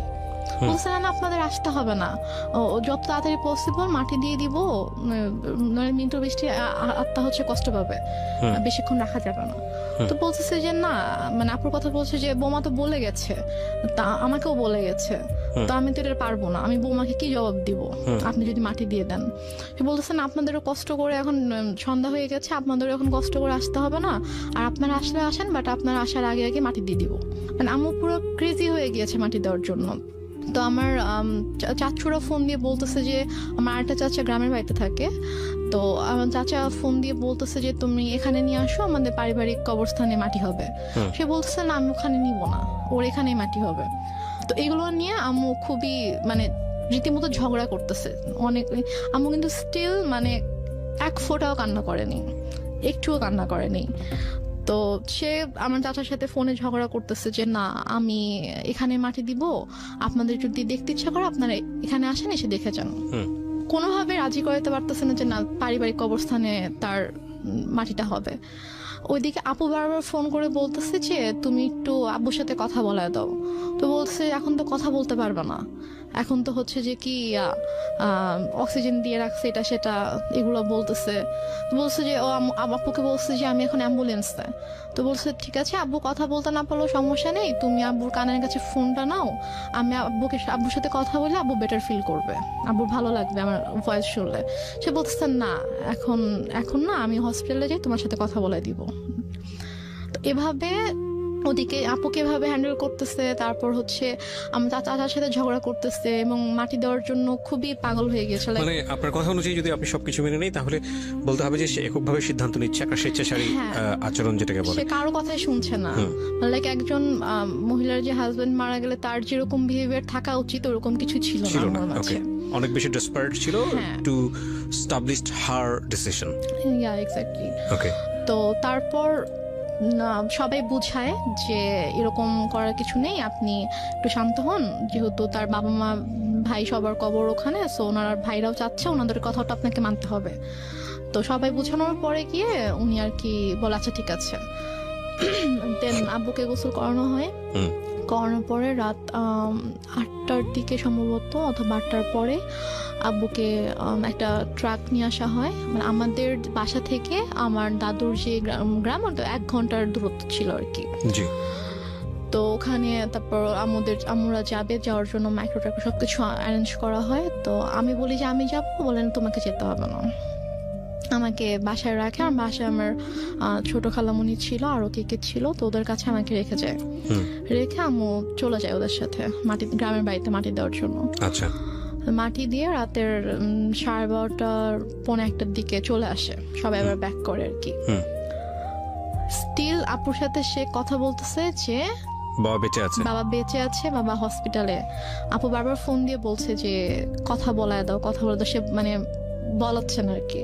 হুম। তো দেন মেবি 12:30-1:15টার দিকে আসলো বাসায়। তো আসার পরে তখন গিয়ে আপু শ্বশুর শাশুড়িকে বলেছে যে আপনাদের আসতে হবে না, আমি যেহেতু মাটি দিয়ে দিয়েছি তাড়াতাড়ি, তো আপনারা সকালে আসেন, হুম। রিল্যাক্সে সকালে আসেন, এখন আসতে হবে না। তো তারপর ওরাও আসলো না। তো তারপর আপুকে আমাদের সময় সকাল 5:30টার দিকে আপুকে ফোন দিয়েছে, হুম। ভাইয়াকে ফোন দিয়ে তো আপু কলেজে ছিল, ভাইয়াকেও কিন্তু জানায়নি। তো 5:30টার দিকে ভাইয়াকে ফোন দিয়ে বলছে যে তোমার আব্বা তো মারা গেছে। তো বলছে যে মানে কি, আপনি তো একটু আগেও বলছেন, মানে রাতের বেলাও যখন কথা হচ্ছে তখনও তো আপনি বলছেন যে আব্বা ঢাকায় হসপিটালে, এখন মারা গেছে, মানে আপনি কি বলতেছেন এগুলা? ভাইয়া বিশ্বাস করতে পারতেছে না। তো বলতেছে যে হ্যাঁ এরকম মারা গেছে, মাটি দিয়ে আসছি, ডিটেল বললো আর কি। তো তাহলে আপনি কেন বিকেল থেকে বলছেন যে আপনি আব্বুকে ঢাকায় নিয়ে আসতেছেন, এগুলো কেন বলছেন, মিথ্যা কথা কেন বলছেন? পরে বলে যে তারপর বলছে যে আপনাদেরকে তো বলা হয়েছে যে কেউ মারা গেলে রাখতে আমরা দেখবো, তারপর মাটি হবে, তো আপনি কেন মাটি দিয়ে দিলেন? ভাই আম্মুর সাথে এভাবে কথা বলতেছিল। তো বলতেছে যে আমার ইচ্ছা হয়েছে আমি দিচ্ছি। এটা আপনার মা বলছেন? আমার মা বলছে যে আমার ইচ্ছা হয়েছে আমি দিচ্ছি, এখন তো কিছু করার নাই। আপুর কথা বলছে যে ওকে জানাও ও কোথায়। তো বলছে ঠিক আছে, ওকে আপনার জানাইতে হবে না, আমি ওকে জানাচ্ছি, আমি আমার ওয়েতে ওকে জানাবো। তো তারপর আপু কলেজে ছিল। তো আপু কলেজ থেকে আসার পর এর মধ্যে বাসায় হচ্ছে আপুর কিছু ফ্রেন্ডকে ভাইয়া ডাকে, ওরা সবাই আসে। তো আপু বাসায় এসে দেখে আপুর ফ্রেন্ডরা বাসায়, ভাইয়া বাসায়। তো আপু বলে যে কি হয়েছে তোমরা হঠাৎ করে বাসায় না জানিয়ে? তো বলে আসলাম আর কি। তো ওরা অনেক খাবার টাবার রান্না করে আনছে, তো আনার পর আপুকে খাওয়াইছে। খাওয়ানো দাওয়ানোর পরে তারপর আপুকে বলছে যে এরকম আব্বু তো মারা গেছে। তখন আপু খুব শক যে মানে কি, আমাকে তো বলা হয়েছে যে আব্বু হসপিটাল, আব্বু ঢাকায়, তাহলে আম্মু কেন মিথ্যা কথা বলছে? দেন আপু আম্মুকে ফোন করে বলে যে তুমি কেন মিথ্যা বললা, যাই হোক অনেক কথা। তো আম্মু বলে যে এরকম মৃত মানুষকে রাখতে হয় না, কষ্ট পায়, এগুলো নিয়ে আর কি অনেক ইয়া হয়। বাট তখনও মানে আমি বুঝতে পারিনি যে আসলে ব্যাপারটা কি হয়েছে। তো এর মাঝে কথা ওঠে আব্বুর ওই ফাইলটা নিয়ে। এটা নিয়ে যখন কথা ওঠে যে ওই ফাইলটা কোথায়, আমার বড় খালার ছেলে হচ্ছে ডাক্তার। তো ভাইয়া এসে বলে যে আমি রিপোর্টস গুলো দেখবো, আমার কাছে মনে হচ্ছে যে ডাক্তারদের কোনো একটা অবহেলার কারণে, তো ভুল কোনো কিছুর কারণে এরকম ভাবে খালু মারা গেছে। কিন্তু ফাইলটা মিসিং। হ্যাঁ, তো এই জন্য ওরা হসপিটাল থেকে ফাইলটা মিসিং করে দিয়েছে। আমরা একটা বিষয় একটু বলি প্রিয় শ্রোতা, আজকের এই গল্পটা একটু যে জায়গাটা এখন দাঁড়িয়ে আছে সেটা সামনের দিকে গিয়ে পুরোপুরি অন্যদিকে মন নেবে, because I know the story. এবং এইটুকুতে যদি নাটক বা সেই নামে ট্যাগ করা আছে। ওকে রেহনুমা, আমরা যেখানটায় ছিলাম যে এক ধরনের স্বেচ্ছাচারী আচরণ মার বাবাকে কবর দেয়া নিয়ে, এবং তারপরে মেডিকেল রিপোর্টটা খুঁজে পাওয়া যাচ্ছিল না যে মেডিকেল রিপোর্টে কি আসলে আছে। হ্যাঁ, তারপর ভাইয়ার ধারণা ছিল যে ডক্টরদের কোনো অবহেলার কারণে হয়তো এরকম হয়েছে। তো তারপর এটা নিয়ে মোটামুটি ভালো একটা ভাইয়া হসপিটালে গিয়ে ইনকোয়ারি করে। তো ওরা সেম রিপ্লাই দেয় যে আমাদের কোনো ফল্ট নেই, কেউ নিয়ে গিয়েছে, আপনাদের রিলেটিভের মধ্যে থেকে কেউ ফাইলটা নিয়ে গিয়েছে। আচ্ছা। তারপর তো আম্মুর এই ব্যাপারটা নিয়ে আসলে কোনো ইয়া ছিল না, যে বলতেছে যে তোদের এত বাড়াবাড়ি কেন করতেছিস, কি দরকার খামাখা, মারা গেছে, আল্লাহর জিনিস আল্লাহ নিয়ে গেছে, তো কেন ওদেরকে দোষারোপ করে তো লাভ নেই, খামাখা ফাইল হারাইছে, ফাইল দেখি এখন কি হবে, ওই ফাইল আর তো এখন কোনো দরকার নেই। তো তারপরও আর কি আমিও তখন ইয়া করি যে না আসলে এটা তো দরকার, ডক্টরদের কারণে হয়তো এরকম কিছু হয়েছে। তো তারপর গিয়ে আর কি এটাকে নিয়ে আর তেমন ইয়া হয়নি। তো হসপিটালে ওরা বলেছিল যে আপনাদের ওই দিন যেসব রিলেটিভরা ছিল সবাইকে যদি আমাদের সামনে আনতে পারেন, রিসিপশনে জিনিস ছিল, উনি বলেছে যে তাহলে আমি চিনে ফেলবো। আচ্ছা। কে ছিল উনি বলেছে যে, আমি জিজ্ঞেস করছিলাম যে কে ছিল, ছেলে ছিল নাকি মেয়ে ছিল, তো উনি বলছেন একজন মহিলা ছিল। আচ্ছা। তো উনি এসে বললো যে অমুক কেবিনের অমুক পেশেন্টের হচ্ছে আমি রিলেটিভ, তো ডক্টর ফাইলটা চেয়েছে, ফাইলটা দেন তাড়াতাড়ি। তো ফাইলটা পরে নিয়ে গিয়েছে। তো যাই হোক, তো তারপর এটা নিয়ে আর কোনো ইয়া হয়নি। আম্মুকে যখন বললাম যে চলো তাহলে আমরা সবাইকে নিয়ে যাই ওখানে যেদিন ছিল, বলছে যে না আমরাই তো ছিলাম, আমরা তো কেউ যাই নাই। তারপর যেতে সমস্যা কোথায়, চলো। আমি বলছেন আমি যাবো না। এটা নিয়ে এক পর্যায়ে আমার সাথে অনেক বড়ই সিন ক্রিয়েট হয়েছে, অনেক কথা কাটাকাটি হয়েছে। ভাইয়াও বলেছে যে খালা চলো, কি সমস্যা, তো সে বলছে আমি যাব না। তো ওই হসপিটালে মূলত ছিল যে আমাদের ফ্যামিলি ডক্টর যেটা থাকে, তো ডক্টর এখানকার ছিল, আমাদের কিছু হইলে আমরা ওই হসপিটালতে যেতাম আর কি। তো তারপর থেকে আমার ওই হসপিটালে যায় না। আচ্ছা, মানে কোনো প্রবলেম হলে আর ওই হসপিটালে যায় না, সে ডক্টর চেঞ্জ করে ফেলছে, হসপিটাল চেঞ্জ করে ফেলছে। তো তারপর যাই হোক, এটা নিয়ে আর কোনো কথা কাটাকাটি হয়নি, কিছু হয়নি, শেষ হয়ে গেল ব্যাপারটা। তো তারপর থেকে আব্বু মারা গেল হচ্ছে মে মাসে। জি। সেপ্টেম্বর মাস থেকে হঠাৎ করে আম্মুর কি হলো, সে আমাকে বলছে যে তোমাকে বিয়ে দিয়ে দিব। যে আমি তো বিয়ে করব না, আমি তো অনেক ছোট আছে, কোন ক্লাসে পড়েন? আমি তখন 9-এ পড়ি। হুম। তো আমি বলেছি আমি তো বিয়ে করব না। তো বলেছে যে না, তোমাকে বিয়ে করতে হবে। আমি বলেছি যে কেন? তোমার দায়িত্ব আমি নিতে পারতেছি না। একটু একটা মিনিট, মানে টু বি অনেস্ট, যে জিনিসটা আমার জানার আছে সেটা হচ্ছে যে আপনি তো মোটামুটি গল্পের যে গ্রাফটা মেনটেন করছেন তাতে বোঝাই যাচ্ছে যে আপনার সঙ্গে আপনার মায়ের একটা সম্পর্ক, এই সম্পর্কটা স্বাভাবিক সম্পর্ক ছিল না, এটা একটা বৈরী সম্পর্ক। এবং আপনার বোন চলে গেল কানাডাতে, আপনারা 2 বোন, বাবা তো মারাই গেল, এবং ইন দ্য মিন টাইম আপনারা সিরাজগঞ্জে বাড়ি করেছেন। তার মানে ওই বাড়ি বলতে আপনারা কয়টা, আপনার পুরো একটা ফ্ল্যাটে আপনি এবং আপনার মা, এবং আপনি তখন ক্লাস 9-এ পড়ছেন। 2-3টা বিষয় এখানে নোট করার মতো প্রিয় শ্রোতা। একটা হচ্ছে যে ওর মার বয়সও কিন্তু তখন অনেক অল্প বয়স, 1। 2 নম্বর হচ্ছে যে মা সাথে সন্তানের সম্পর্কটা স্বাভাবিক না, এবং শুধু ওর সাথে না, ওর কথা অনুযায়ী ওর বড় বোনের সঙ্গে স্বাভাবিক না। এবং ও যে বিষয়গুলো দেখেছে সেটার পরে ওর সাথে ওর মার একটা সম্পর্কে ভীষণ রকম দূরত্ব তৈরি হয়েছে মানসিকভাবে, সেটাই স্বাভাবিক। অ্যান্ড সবচেয়ে বড় ইম্পর্টেন্ট যে বিষয়টা সেটা হলো যে ও ক্লাস 9-এ পড়ে, তার মানে হচ্ছে তখন ওর বয়ঃসন্ধিকাল চলছে। সো বয়ঃসন্ধিকালটা হচ্ছে কোনো ছেলে এবং কোনো মেয়ের জন্য সবচেয়ে ডেঞ্জারাস টাইম। ওই সময়টাতে রাতারাতি দেখবেন একটা ছেলে এবং একটা মেয়ের মধ্যে বেশ কিছু জিনিসের পরিবর্তন আসে, শারীরিক পরিবর্তনের পাশাপাশি ভয়ঙ্করভাবে মানসিক পরিবর্তন আসে। এবং এই জন্যই দেখবেন যে ক্লাস 7-8-এ চলে গেলে হঠাৎ করে ছেলেরা কিংবা মেয়েরা থাম করে বড় হয়ে যায়। এই যে ব্যাপারটা, এই স্টেজটা কিন্তু খুব মারাত্মক, এবং এটাকে খুব সফটলি ডিল করা উচিত। এই ডিল করার জায়গাটাতে মা কিংবা বাবা মা বা কাছের বন্ধুদেরকে অনেক বড় একটা ভূমিকা পালন করতে হয়। তো সেই জায়গাটিতে এই মেয়েটিরও এক ধরনের রাফ আচরণ হলেও হতে পারে যেটা মায়ের সঙ্গে, আমি ঠিক জানি না। আমি কোশ্চেনটা করতে চাই একটা, যেটা হচ্ছে যে আপনার বড় বোনের খুব অল্প বয়সে বিয়ে হয়েছিল যেটা আপনি বলছিলেন, তো সে কারণে কি ফ্যামিলি ট্রেডিশন এটা ছিল যে ঠিক আছে আপনাকেও বিয়ে দিয়ে দিক, নির্ঝঞ্ঝাট? বরং উল্টো তো হওয়া উচিত, কারণ যেহেতু আপনাকে বিয়ে দিলে আপনার মা একা হয়ে যাবে একদম। তো আপনাকে বরং বিয়ে একটু বয়স হলেই দেওয়াটা স্বাভাবিক। আমি বরং যেটা দেখতে পাচ্ছি যে উল্টো ছিল। তার মানে আপনার আচরণ কি এমন ছিল আপনার মায়ের প্রতি যে আপনার মা আপনাকে সহ্য করতে পারছে না? এরকম কিছু ছিল না, কারণ আমি প্রথম থেকে বলে আসছি যে আম্মুকে দেখে প্রচন্ড ভয় পেতাম। ধর আম্মু কোনো কিছু নিয়ে যদি কোনো কিছু বলতো একদম মানে চুপ হয়ে যেতাম। কখনো যে তর্ক করা অথবা ওইভাবে ঝগড়া করা এরকম কিছু, অথবা উল্টে পাল্টা কোনো জবাব দেওয়া, এরকম কখনোই কিছু ছিল না। ওই কয়েকটা মাস আমার মানে এমন কেটেছে যে আব্বুর জন্য, আব্বুকে এত বেশি মিস করতাম এবং ওই রাতটার কথা মনে পড়ে। এই যে ফিলিংসটা নিয়ে যদি আরেকটা মানুষ আপনার পাশে দাঁড়াতো তাহলে মনে হতো যে না, এই মানুষটা আমার কাছের মানুষ, যেটা আপনার মার কাছ থেকে আসার কথা ছিল। আপনার কথা অনুযায়ী আপনার মা ওই সময়টাতে খুবই স্বাভাবিক ছিলেন, তার মানে ওইটা আপনার কাছে আরো বেশি কষ্টদায়ক মনে হচ্ছিল। বলুন তারপর। যারা এসেছে তারাই কিন্তু আমাকে সান্ত্বনা দিয়েছে, বাট আমার মার থেকে আমি কোনো সান্ত্বনা পাইনি। তো আমি আসলে অনেক বেশি মানে একা হয়ে গিয়েছিলাম। তো সেই একাকিত্ব থেকে আমি আর কি ঘুমাতাম না। তো যাই হোক, তো সেপ্টেম্বরের দিকে হঠাৎ করে আম্মু একদিন আমাকে বলে যে দেখো আমার অনেক ঝামেলা হচ্ছে। ব্যাপারটা এরকম না যে আম্মু আমার দায়িত্ব নিতে পারছে না, যে আমার জন্য আম্মুর খরচ হচ্ছে, আমার খরচ কিন্তু আপুই পাঠাতো। তো সে আমাকে বলছে যে না, আমি তোমাকে রাখতে পারবো না, আমি তোমার দায়িত্ব নিতে পারছি না, তোমাকে বিয়ে দিয়ে দিব। তা আমি বলি ঠিক আছে, আমি আপুর সাথে কথা বলতে চাই, তোমার যদি খুব বেশি সমস্যা হয় তাহলে আমি আপুকে বলি, আপু আমাকে হোস্টেলে পাঠিয়ে দিক। আচ্ছা। তো বলেছে না, আপুকে বলা যাবে না।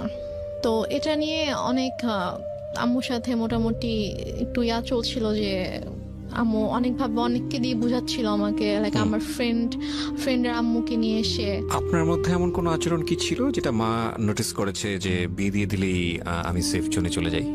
আমার মধ্যে আচরণ বলতে আমি তো বাসা থেকে বের হতাম না। মেল ফ্রেন্ডের সঙ্গে টাইম পাস করা, যেহেতু বাবা নাই সো ডেসপারেটলি মাকে অ্যাভয়েড করে অন্য কোনো দিকে যাওয়া? না, আমার ওরকম কোনো মেল ফ্রেন্ড ছিল না যাদের সাথে হয়তো আমি আমি গার্লস স্কুলে পড়তাম। আমার ওরকম মেল কোনো ফ্রেন্ড ছিল না। তো আমার যা ফ্রেন্ড ছিল, আমার যে বেস্ট ফ্রেন্ড ছিল ও আমাদের পাশের বাসারই ছিল আর কি। ও আরেকটা কথা বলি যে আমরা যে এলাকাটায় বাসা করেছিলাম ওইখানে আমার জন্ম হয়। মানে আমার যখন জন্ম হয় তখন আমরা ওই এলাকাতেই থাকতাম, বাট ভাড়া থাকতাম থাকতাম। তো পরবর্তীতে গিয়ে আমরা ওখানে বাসা করেছিলাম। জি। তো আমার যে ছোটবেলার বন্ধুগুলো ছিল, তো ওরা ওখানকারই ছিল। তো সেই হিসাবে জাস্ট ওদের আম্মুকে নিয়ে এসে আম্মু আমাকে বুঝাচ্ছিল যে মানে বিভিন্নভাবে মোটিভেট করার চেষ্টা হ্যাঁ, করছিল। motivate করার ওকে। চেষ্টা করছিল। তো এর মাঝে যেটা হয় যে অক্টোবর মাসে আমার দুসম্পর্ক আত্মীয় হঠাৎ করে আম্মু বলে যে ওরা আসবে। আম্মু অনেক আয়োজন করতেছিল, বাজার টাজার করছে, রান্না করতেছে, তারপর আন্টি আসছে, মানে আমার বান্ধবীর মা আসছে, বোন আসছে। তো বাসার মধ্যে একটা উৎসবের মতো একটা ব্যাপার, যে অনেক রান্না বান্না হচ্ছে, সব গুছাচ্ছে। তো আমি তখনও বুঝতে পারিনি যে গেস্ট গুলা কারা অথবা কেন আসছে, মানে আপনাকে দেখতে আসছিল। Okay. এক্স্যাক্টলি। তো তারপর তারা আসলো। আসার পরে আমাকে তাদের সামনে, আমি তো যাবই না, কোনোভাবেই যাব না, আমাকে জোর করে নিয়ে গেল। তো নিয়ে যাওয়ার পরে তো আমি গিয়ে যখন দেখলাম যে কে ছেলে, কারণ আমি হচ্ছে আমাদের বললাম যে দুসম্পর্ক আত্মীয় ছিল, তো আমি ছেলের বড় ভাইকে চিনতাম, আমাকে মামা বলে রাখতাম। জি। তো তারই ভাই, সে সিঙ্গাপুরে থাকতো এবং সে অনেক টাকা পয়সার মালিক ছিল। এবং ছেলেটা মানে মানুষের সবাই আল্লাহর সৃষ্টি, কারো চেহারা নিয়ে আমি খারাপ কথা বলতে চাই না, তো বলতেও হয় না। তারপর আমি জাস্ট বলছি যে ছেলেটা অনেকটা লম্বা ছিল, লাইক সে দেখতে এক কথায় যে সে যে নিগ্রোদের মতো ছিল, নিগ্রোদের যেরকম অনেক কালো হয়, যে ওরা দেখতে যেরকম হয় এক্স্যাক্টলি দেখতে ওরকম ছিল অনেকটা। তো আমি জাস্ট গেলাম, যাওয়ার পরে আমি যখন দেখলাম, তো দেখে আমি সাথে সাথে তো আমি রুম থেকে চলে আসছি। ওকে। তারপর আম্মু আমার রুমে আসলো যে তুমি এরকম বেয়াদবের মতো উঠে কেন চলে আসলা। আমি বললাম যে আমি ওখানে কেন থাকবো, তুমি তো আমাকে জোর করে নিয়ে গিয়েছো, আর তুমি ছেলের অবস্থা দেখছো কিরকম। তো পরে বলতে বিষয়টা কিরকম, ছেলেটাকে পছন্দ হলে আপনি বিয়ে করে ফেলতেন? না, পছন্দ হলে যে বিয়ে করতাম সেটা না, আমি বলছি যে তোমার কি মানে এতটুকু মানে নেই যে তুমি এরকম একটা ছেলের সাথে আমাকে বিয়ে দেওয়ার জন্য নিয়ে আসছো, মানে তোমার রুচিবোধে কিভাবে এটা করলো যে তুমি এরকম একটা ছেলের সাথে আমাকে বিয়ে দিবে, এরকম একটা ছেলের সাথে তুমি আমাকে বিয়ে দিতে চাও। আচ্ছা। এই জন্য আর কি, ছেলেকে পছন্দ হলে যে আমি বিয়ে করতাম ব্যাপারটা এরকম না, কারণ বিয়ের কোনো চিন্তা ভাবনা আমার মাথায় ছিলই না। তো তারপর তো আমি ওখানে আর গেলাম না, ওদের সামনে আর গেলাম না, অনেক ফোর্স করলো। দেন ওরা বিকেলে চলে গেল। তো যাওয়ার পরে আমাকে ওই আমার আন্টি, তারপর আম্মু সবাই মিলে বুঝাচ্ছে যে সোনার চামচ হচ্ছে বাঁকা হলেও ভালো, ছেলে না হয় দেখতে একটু খারাপ, বাট স্টাবলিশড একটা ছেলে, সিঙ্গাপুরে অনেক কিছু করেছে, তার অনেক টাকা পয়সা, তো সমস্যা কি। ছেলে বয়স অনেক বেশি ছিল, 40 আপ ছিল। আপনি তখন ক্লাস 9 এ পড়েন? আমি তখন ক্লাস 9 এ পড়ি, মানে 14 থেকে 15 বছর বয়স সর্বোচ্চ। তো তারপর গিয়ে যাই হোক, এটা নিয়ে আমি বললাম যে আমি কোনোভাবেই বিয়ে করব না, আমাকে আপুর সাথে কথা বলতে দাও, আমি এখান থেকে চলে যাবো, আমি তোমার কাছে থাকবো না, কিন্তু আমি বিয়ে করবো না। আচ্ছা। বাট আম্মু কোনোভাবে আপুর সাথে আমাকে কথা বলতে দিচ্ছে না। ফাইন, আমরা এই জায়গাটা একটা বিরতি নিতে চাই প্রিয় শ্রোতা। গল্পের মোড়টা কিন্তু ঘুরে গিয়েছে এবং গল্পের মোড় আরো ঘুরতেই থাকবে। রাত 2টো পর্যন্ত আপনার সঙ্গে আমরা আছি। আপনারা শুনছেন মিস্টার ম্যাঙ্গো ক্যান্ডি প্রেজেন্স জীবন গল্প। রেহনুমা হচ্ছে আজকে আমার গেস্ট। আমি আরজি কিবরিয়া আপনার সঙ্গে রয়েছি এবং ঢাকা এফএম সারা বাংলাদেশ ব্যাপী এই মুহূর্তে কান পেতে আছেন আপনারা, আমরা জানি। দেশের প্রত্যন্ত অঞ্চল থেকে আপনারা আমাদেরকে শুনতে পাচ্ছেন। প্রতিটি জীবন গল্পই কোনো না কোনোভাবে আমাদেরকে কোনো কিছু শেখায়। এক একটা গল্প আমাদেরকে এক একটা পথ তৈরি করে দেয়। এবং আমি খুব খুশি হই যখন আমি দেখি যে বিভিন্ন জায়গা থেকে ফোন আসে এবং আমাকে বলে যে ভাইয়া ওই জীবন গল্পটা আমার জীবনটাকে চেঞ্জ করে দিয়েছে। আসলে আমরা যদিও বলি এটা একটা এন্টারটেইনিং শোতে ফিলিংস অনেক বড় একটা ফ্যাক্ট। মনের মধ্যে ধাক্কা দিতে হবে যে কখনো দুঃখ, কখনো আনন্দ, কখনো কষ্ট, এই ফিলিংসের জায়গাগুলো যেন গল্পে থাকে। কিন্তু আমি শুধু এই তখন থেকে আম্মুর সাথে আমার একটু মানে আরো বেশি আর কি দৌড় সৃষ্টি হয়ে যায়, একটু ঝামেলা হতে থাকে যে কেন বিয়ে করবি না, বিয়ে নিয়ে আম্মু খুবই আর কি ফোর্স শুরু করে। তো এক পর্যায়ে যেটা হয় যে একদিন আম্মু মানে হাত কেটে ফেলে আর কি, মানে ছুরি দিয়ে হাত কেটে ফেলে, মানে বিয়ের ব্যাপারটা নিয়ে জিদ করে। হ্যাঁ, যে বিয়ে করবি না, এটা নিয়ে সিঙ্গেট করে, তুই যদি বিয়ে না করিস আমি সুইসাইড করবো, আমি মারা যাবো। আচ্ছা। তা আম্মু হাত কেটে ফেলে। তো ওই দিন আর কি আমি খুব ভয় পেয়ে যাই। ভয় পেয়ে বলে আচ্ছা ঠিক আছে আমি বিয়ে করব। তো তারপর আম্মু আবার ছেলে দেখতে শুরু করে। তো এর মাঝে আমার একটা বান্ধবীর হচ্ছে কাজিন, তো তার সাথে আমার দেখা হয়েছিল। তো সে আমাকে পছন্দ করতো। তো সে আমাকে বলেছিল, আমার বান্ধবীর মাধ্যমে সে আমাকে বলেছিল। তো তার বাট আমি ওরকম কিছুতে যাইনি। তো সে শুনতে পায় আমার বান্ধবীর কাছ থেকে যে আমার বিয়ে নিয়ে কথা হচ্ছে। তো সে আর কি আমার বাসায় প্রপোজাল পাঠায়, আমার কাছে প্রপোজাল নিয়ে আসে তার ফ্যামিলির মাধ্যমে। তো তারপর আম্মু বলে যে এই ছেলেকে বিয়ে করবি, এই ছেলেকে বিয়ে কর, সবকিছু তো ঠিকঠাক আছে, ছেলে দেখতে শুনতেও ভালো আছে, সবকিছু ঠিক আছে, এই ছেলেকে বিয়ে কর, এটা নিয়ে ঝামেলা করিস না। আমি বলি আচ্ছা ঠিক আছে। তারপর ওই ছেলেটার সাথে আমার 2009 সালের নভেম্বর মাসে বিয়ে হয়। মানে এই ছেলেটা অ্যারেঞ্জ ম্যারেজই ছিল? অ্যারেঞ্জ ম্যারেজে ছিল। কি করতো ছেলেটা? তখন হচ্ছে মানে ওদের ফ্যামিলি বিজনেস ছিল। এমনি এডুকেশন ওই সময়টা তোর? ও বিবিএ কমপ্লিট করেছিল। ওকে, আপনি ক্লাস 9-এ পড়েন? হ্যাঁ। ছেলেটাই বা আপনাকে বিয়ে করলো কেন, বা রাজি হলো কেন? I don't know. সে আমাকে পছন্দ করতো, ইভেন আমার আগে থেকে পছন্দ করতো? আগে থেকে পছন্দ করতো। তো আমাকে আমার বান্ধবীর মাধ্যমে বলেছিল যে ওকে আমার অনেক ভালো লাগে, ওকে একটু বল। তো আমার ফ্রেন্ড আমাকে বলেছিল যে ভাইয়া তো তোকে পছন্দ করে, তো মানে রিলেশনশিপে যাবি কিনা অথবা এরকম আমাকে বলেছিল। তো আমি বলেছি না, আমি এরকম কোনো কিছুতে যাব না।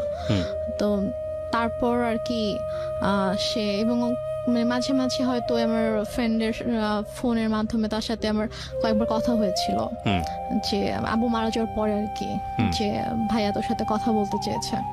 তো তারপর কথা হয়েছে, তো সে আমাকে অনেক পছন্দ করতো। আমারও ভালো লাগতো, আমারও যে ভালো লাগতো না সেটা না, কিন্তু আমি আসলে এরকম ভাবে কোনো রিলেশনে যাওয়ানোর মতো অবস্থা ছিলাম না আর কি। তো যাই হোক, নভেম্বরের 28 তারিখে আমার বিয়ে হয়ে যায়। তারপর আমি ঢাকায় চলে আসি, ওরা সবাই ঢাকায় থাকতো। হাজবেন্ডের নাম কি ছিল? ওর নাম ছিল শাহেদ। শাহেদ। তো তারপরে আমরা ঢাকায় চলে আসার পরে আর কি, আমি ওদের ফ্যামিলি সবাই ছোট ছিলাম। মানে হচ্ছে ওর যে বড় বোনের, ওরা 3 ভাই 2 বোন ছিল, তো ওর বড় বোনের যে মেয়ে, ও আমার বড় ছিল। মানে আমাদের বাসায় সবার ছোট, সেই হিসাবে আমাকে সবাই খুব আদর করতো। আচ্ছা। তো ওরা মোটামুটি জয়েন্ট ফ্যামিলি ছিল, মানে বাবা মা, ওর বড় ভাই ভাবি, তাদের বেবি, প্লাস ও আমি। আমরা তো ফার্স্টে আমি ও বাসায় আসার পরে ওর ভাই যেটা করে, যে ওর মা একটু অন্যরকম ছিল। মানে ফার্স্টে সে আমাকে ওইভাবে অ্যাকসেপ্ট করতে পারেনি যে ছেলের পছন্দে বিয়ে করেছে, মানে ছেলে, মানে উনি আর কি বিয়ের একটু বিপক্ষে ছিল, যে উনি চায়নি যে ও আমাকে বিয়ে করুক, যে তুমি এমনি হুটহাট করে একটা মেয়েকে কিভাবে বিয়ে করতে চাও, তুমি বিয়ে করো না। তো বারো বলেছেন আমি বিয়ে করবো, আমার মেয়েটাকে ভালো লাগে, আমি বিয়ে করবো। তো এই জন্য আর কি উনি একটু আমার সাথে একটু অন্যরকম ছিল। তো তারপর যেটা হয় সেটা হচ্ছে যে ওর সবার ডিসিশন অনুযায়ী যে তোমরা কিছুদিন আলাদা থাকো, আলাদা থাকার পরে মাঝে মাঝে আম্মুর সাথে ওর দেখা হোক, ওর সম্পর্কটা একটু ইজি হোক, তারপরে তোমরা এসো। বাট প্রথমে যদি দেখো তোমরা এখানে কন্টিনিউয়াসলি থাকতে থাকো, তখন দেখা যাবে যে হয়তো আম্মা ওকে এখন একটু নিতে পারতেছে না মেন্টালি, তো ওর সাথে হয়তো কোনো একটা মিসবিহেভ করে ফেলো, সেটা হয়তো খারাপ হবে। তো তর্কাতর্কির পরে সে রাগ করে বাসা থেকে বের হয়ে যায়। বেরোর সময় বলে যায় যে এনি হাও আমি আমার মেয়েকে নিয়ে যাবো। দেখো, একটা কথা বলি রেহনুমা, আমি তুমি করে বলে ফেললাম, কারণ আমার বয়স অনেক জুনিয়র হবা। একটা যেটা হচ্ছে যে গল্প না বিশ্বাস করার জন্য একটা মজবুত ভিত্তির প্রয়োজন হয়। একটা হচ্ছে যে তোমার মা নিজেই ইন্সপায়ার হয়ে বিয়ে দিচ্ছে। বিয়ের কয় মাসের পরের এই ঘটনা? বিয়ের হচ্ছে 3 মাস পর। বিয়ের 3 মাসের মধ্যে এমন কি ঘটলো যে সেখান থেকে আবার তোমাকে নিয়ে আসতে চাচ্ছে? আমি মানে গল্পটা তো বিশ্বাস করতে হবে সামহাও। এটা ভাই আমি কথা বলতে থাকলে আপনি যখন আমার পুরো গল্পটা শুনবেন, তখন আমি হয়তো বুঝতে পারবো। শেষ পর্যন্ত যখন আপনি শুনবেন, তখন আপনি বুঝতে পারবেন যে প্রথম থেকে শেষ পর্যন্ত, মানে আমার বাবার মৃত্যু থেকে একদম আমার শেষ পর্যন্ত, আজকের দিন পর্যন্ত কি ঘটেছে, কেন ঘটেছে, এটা আপনি নিজেই বুঝতে পারবেন। ফাইন। সো প্রিয় শ্রোতা, আমার মনে হয় একটু ধৈর্য ধরে আপনারা শুনুন। ওকে, বলুন। তো তারপরে আম্মু ওখানে এসে সিনকেট করার পর আমরা সবাই আর কি মানসিকভাবে একটু আপসেট হয়ে পড়ি। তো তারপর আর কি আমার শাশুড়ি বলে যে চলো আমরা কিছুদিন ঢাকার বাইরে থেকে ঘুরে আসি। তা আমার শ্বশুর বাড়ি ছিল ফেনীতে। তো তারপর আমরা ফেনীতে যাই, আমি কখনো যাইনি বিয়ের পরে ওদের গ্রামের বাড়িতে। তো তারপর আমাকে ফেনীতে নিয়ে যা, আমি আমার হাজব্যান্ড, শ্বশুর শাশুড়ি, আমরা সবাই যাই। তো যাওয়ার পর ওখানে মোটামুটি ছোটখাটো একটা অনুষ্ঠানের মতো করে আর কি, মানে বউ দেখানোর জন্য। তো তারপর ওখানে আমি আমার শ্বশুর শাশুড়ির সাথে 15 দিনের মতো ছিলাম। তো এর মাঝে যেটা হয়, আম্মু ওদের সব রিলেটিভস লাইক ওর চাচা চাচি, মামা, খালা, ফুপু, মানে যত রিলেটিভ আছে সবার নাম্বার কিভাবে কালেক্ট করে ফেলে। কালেক্ট করে সবাইকে ফোন দিয়ে সে বলে যে শাহেদ ভালো না, ওর আমার মেয়ে, ছোট একটা বাচ্চা মেয়েকে ও বিয়ে করছে, বিয়ে করে এখন ওকে টর্চার করতেছে, ওকে মারতেছে। তারপর আমার হচ্ছে চাচা শ্বশুরের ছেলেকে ফোন দিয়ে বলে যে উনি হচ্ছে পুলিশের ডিআইজি। তো Okay. ওনাকে ফোন দিয়ে কমপ্লেন করে যে আপনার ভাই আমার মেয়েকে টর্চার করে, আমি তো আপনাদের নামে মামলা করব। তো স্বাভাবিকভাবে সে যেহেতু মানে আইনের একজন তো সে বলে যে আমি যতটুকু জানি আমার ভাই এরকম কিছু করার কথা না, ঠিক আছে আপনি যেহেতু আমার কাছে কমপ্লেন করেছেন আমি ব্যাপারটা দেখবো। তো উনি তারপর আমার হাজব্যান্ডকে, আমার শ্বশুর শাশুড়িকে মানে কথা বলে, ওনার সাথে কথা বলে বলে যে কি হয়েছে। তখন বলতেছে যে তুমি তো আমাদের কথা বিশ্বাস করবো না, তুমি বৌমার থেকে শোনো যে মানে আমাদের কোনো দোষ নেই অথবা আমরা কিছু করি নাই, ওর মাই এরকম সিন ক্রিয়েট করতেছে, ওর মা একটু অন্যরকম, ওর মাই এরকম ঝামেলা করতেছে, আমাদের ওর থেকে শোনো। তো ভাই আমার সাথে কথা বলে, বলার পর ভাইয়াকে বলি যে ভাইয়া এরকম কোনো সমস্যা নেই, শাহেদ আমার সাথে কোনো খারাপ ব্যবহার করেনি, আমাকে কখনো মারেনি, আর ওর সাথে আমার অনেক ভালো সম্পর্ক, কিন্তু আম্মু চাচ্ছে না যে আমি ওর সঙ্গে থাকি, এই জন্য আম্মু এরকম সিনক্রিয়েট গুলো করছে, আপনি কিছু মনে করেন না, জি। আমি খুবই সরি আমার মার পক্ষ থেকে। ওকে, এবং ওদের ফ্যামিলি সবার কাছে আমি খুব মানে সরি বলি যে আমার জন্য আপনাদেরকে এত কিছু সহ্য করতে হচ্ছে। মানে ওদের কাছে কন্টিনিউয়াসলি সবার থেকে ফোন আসতে থাকে, ওদের সব রিলেটিভসরা ওদেরকে ফোন দেয় যে কি তোমরা নাকি বউ আটকায় রেখে বউকে পিটাচ্ছ। তো সে যেটা করে যে ওদের মানে বাসার যে থানা ছিল ওই থানায় ফোন করে, থানার ওসিকে ফোন করে, ফোন দিয়ে বলে যে অমুক মানে অ্যাড্রেস বলে যে অমুক বাসার মধ্যে আমার মেয়েকে আটকে রাখছে, আমার মেয়েকে আমার কাছে আসতে দিচ্ছে না, আমার মেয়ে অনেক কান্নাকাটি করতেছে আমাকে ফোন দিয়ে, আপনারা প্লিজ ওখানে যান, গিয়ে আমার মেয়েকে আমার কাছে পাঠিয়ে দেন। তখন ওরা বলে যে এটা তো অমুক স্যারের বাড়ি, তো স্যারের ফ্যামিলিতে তো এরকম হওয়ার কথা না, আমি আপনার কথা বিশ্বাস করতে পারছি না, ঠিক আছে আমাকে এটা দেখতে হবে। ওকে। তো উনি দেন আমার ওই যে ভাসুরকে ফোন করে, ডিআইজি যিনি ওনাকে ফোন করে বলে যে স্যার এরকম একজন ফোন দিয়েছিল, এখন আমি কি করব, আমি কি যাবো আপনাদের বাসায়? তখন বলে যে আমার বাসায় যাওয়ার কোনো দরকার নেই, উনি আমাকেও ফোন দিয়েছিল, আমি কথা বলেছি, এরকম কিছু নেই, তুমি চাইলে তুমি যেতে পারো, গিয়ে আমার ভাইয়ের বোর কাছ থেকে শুনে আসতে পারো যে এরকম কিছু হয়েছে কিনা। আচ্ছা। তো সে বলে না স্যার আমি এটা দরকার মনে করছি না, তো উনি আর আসে না। তো তারপর গিয়ে তো ওই ভাইয়া যখন জানায় আমার হাজব্যান্ডকে, তখন ও বলে যে অনেক হয়েছে, মান সম্মান নষ্টের একটা লিমিট থাকে, ফ্যামিলি সবার সামনে তো করেছিল, এখন এখানেও করছে, তো তুমি একটা কাজ করো, যেহেতু উনি মা যেহেতু এত করে চাচ্ছে যে তুমি ওনার কাছে গিয়ে থাকো, তুমি যাও, তুমি গিয়ে তার কাছে গিয়ে একটু বুঝায় বলো যে এরকম কেন করতেছে, তুমি কিছুদিন তার কাছে থাকো, থাকলে হয়তো তার ভালো লাগবে। আচ্ছা, এটা বলে সে? হ্যাঁ এটা বলে। তো বলে সে, ও ঢাকায় ছিল, আমি ফেনীতে ছিলাম, তো ঢাকা থেকে ফেনীতে আসে, এসে আমাকে ঢাকায় নিয়ে দেন একদিন পরে আমাকে সিরাজগঞ্জে দিয়ে আসে আচ্ছা, আম্মুর কাছে। তো ওই যে আমি গেলাম, আমাকে আম্মু আর আসতে দেয় না, সে আমার হাজবেন্ডকে আসতে দেয় না, আমাকে বলে যে নিয়ে যাবো, 15-20 দিন ছিলাম, থাকার পর থেকে তো ওই সবাই ফোন দিচ্ছে, শাশুড়ি ফোন দিচ্ছে, শ্বশুর ফোন দিচ্ছে যে ওকে পাঠান, ওকে নিয়ে আসুক। তো তারপর গিয়ে আমি আম্মুর কাছে থাকা শুরু করলাম। তারপর আমার হাজবেন্ডের সাথে অলমোস্ট মানে 3-4 মাসের মতো আমার দেখা হয়নি, কারণ আম্মু না আমাকে যেতে দিচ্ছিল ঢাকায়, না হচ্ছে ওকে আসতে দিচ্ছিল। ও আসতে চলে বলতেছিল যে আমার কিন্তু মানে ছোট মেয়ে, ওর কিন্তু 18 বছর হয়নি, নাবালক মেয়ে, আমি কিন্তু তোমার নামে মামলা করে দিব, এই ধরনের কথা বলে। হ্যাঁ এই ধরনের হুমকি কিন্তু দেয়। যখন আপনাকে বিয়ে দেওয়া হয়েছিল সেই সময়টাতে পেপারে কি মা সাইন করেনি? না, মা সাইন করেনি। বিয়েটা কিভাবে হয়েছিল? বিয়েটা হয়েছিল হচ্ছে বাসায় কাজী এসেছিল, তো কাজী বিয়ে পড়িয়েছিল, মানে সাইনও নিয়েছিল, কাবির নামে সাইনও নিয়েছিল, তারপর ওখানে 4 জন সাক্ষীও ছিল, কিন্তু মার সাইন ছিল কিনা অথবা করেছিল কিনা সেটা আমার ঠিক মনে নেই, তো মনে হয় না মা সাইন করেছিল। কারণ পরে যখন আমি যখন পেপারস দেখেছিলাম তখন দেখেছি ওখানে জাস্ট সাক্ষীদের সাইন ছিল, আমার আর আমার সাক্ষী কারা কারা হাজবেন্ডের ছিল? সাক্ষী ছিল হচ্ছে ওর 2 জন আঙ্কেল ছিল সাক্ষী, আর আমার পক্ষ থেকে আমার একটা মামা আর আমার একটা ভাইয়া ছিল। ফাইন, এখানে একটা বিষয় জড়িত আছে। ওর ফ্যামিলি থেকে কি লোকজন এখানে এসেছিল? হ্যাঁ। তোর ফ্যামিলির পক্ষ থেকে ওর বাবা মা কেউ সাইন করেনি পেপারে? না, ওর বাবা মা আসেনি বিয়েতে। কেন আসেনি? বাবা মা আসেনি, বাবা তখন অনেক অসুস্থ ছিল, আর ওর মা তো রাগ করেছিল জন্য ওর মা আসেনি। Renuma, this is totally unbelievable, cause অসুস্থ হলে তো বিয়েটা পিছিয়ে যাওয়ার কথা। বিয়েটা অসুস্থ ছিল বলতে উনি হচ্ছে প্যারালাইসিস ছিল, তো উনি তো চাইলেই উনি মুভ করতে পারতো না, বাট ওর মার আসার কথা, বাট ওর মাকে ওরা কোনোভাবেই কনভিন্স করতে পারেনি। ওকে ফাইন, তো ইটস দ্য ওর লজিক। ভাই বোন, তারপর হচ্ছে ওর আঙ্কেল আন্টিরা সবাই এসেছিল। তো ওই ফার্স্ট রিলেটিভ যে হয় তারই তো সাইন করার কথা ডকুমেন্টসে। দেনমোহর কত ছিল? দেনমোহর আমার ঠিক মনে নাই, সম্ভবত 5 লাখ ছিল। আপনার ফার্স্ট বিয়ে অথচ আপনার দিন মোটটা মনে নাই, এটা মানুষ কিন্তু সহজভাবে নিবে না, কারণ it's a very sensitive story.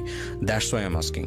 এবং আপনার পক্ষ থেকে তো আপনার মার অবশ্যই সাইন থাকার কথা, যেহেতু আপনার মাই ইন্সপায়ার করছে বিয়েটা দেওয়ার জন্য, সো ওনারও সাইন নাই।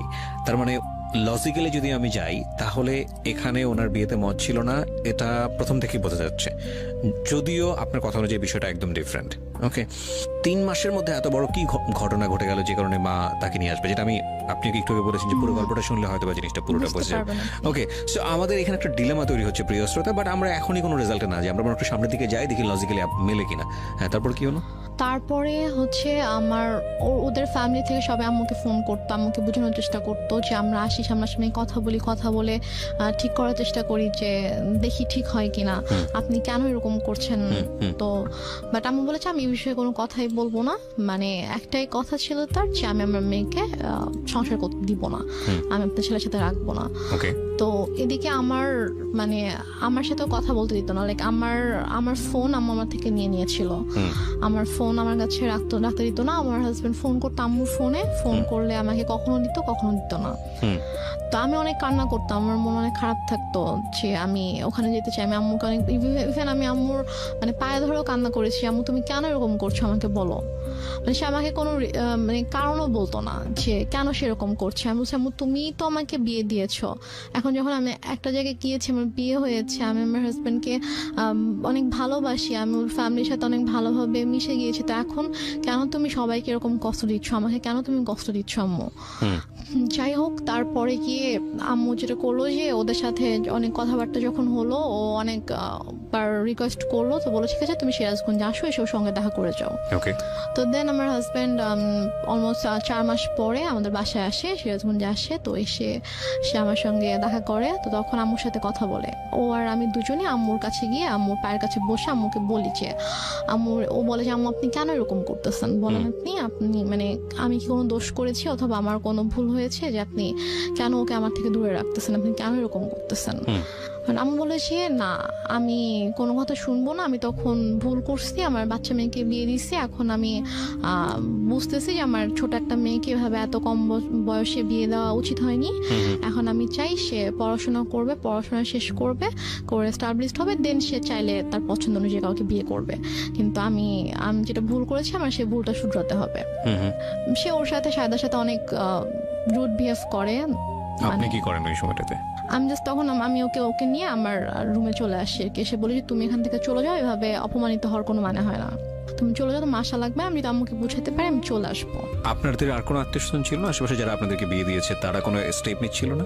কেউ তো কিছু জানতো না, আর আপুর সাথে তো আমার টোটালি কথাবার্তা ওরকম কথা হতো না, কারণ আপুকে আম্মু বলেছিল যে আম্মু আমাকে বিয়ে দেয়নি, আমি নিজের ইচ্ছে বিয়ে করেছি, এবং আমি পালিয়ে গিয়েছিলাম, সেখান থেকে আম্মু আমাকে নিয়ে এসে আমাকে বিয়ে দিয়েছে। ওকে, ওই জন্য আপু রাগ করে আমার সাথে কথা বলতো না আর কি।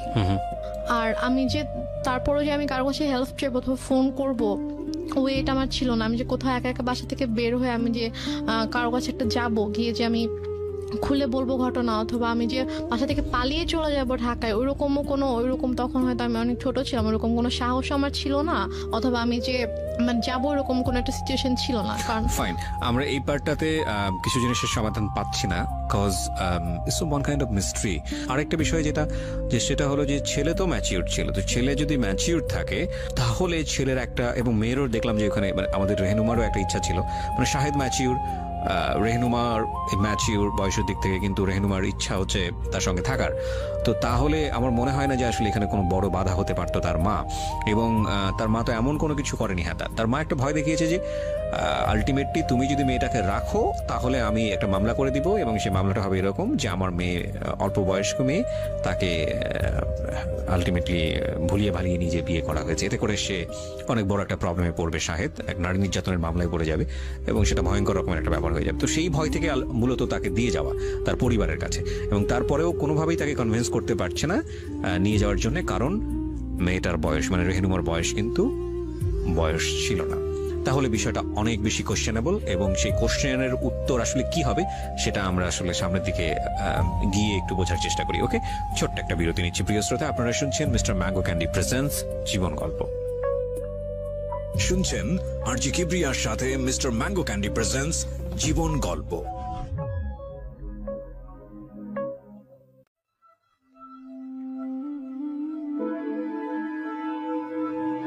লাভ, hate, challenge, motivation, lies, truth, impossible, virtue, morality, something beyond entertainment. Welcome to my stage of reality. Stay tuned. Sunday and Wednesday with me RJ Kibriya, only on Dhaka FM 90.4.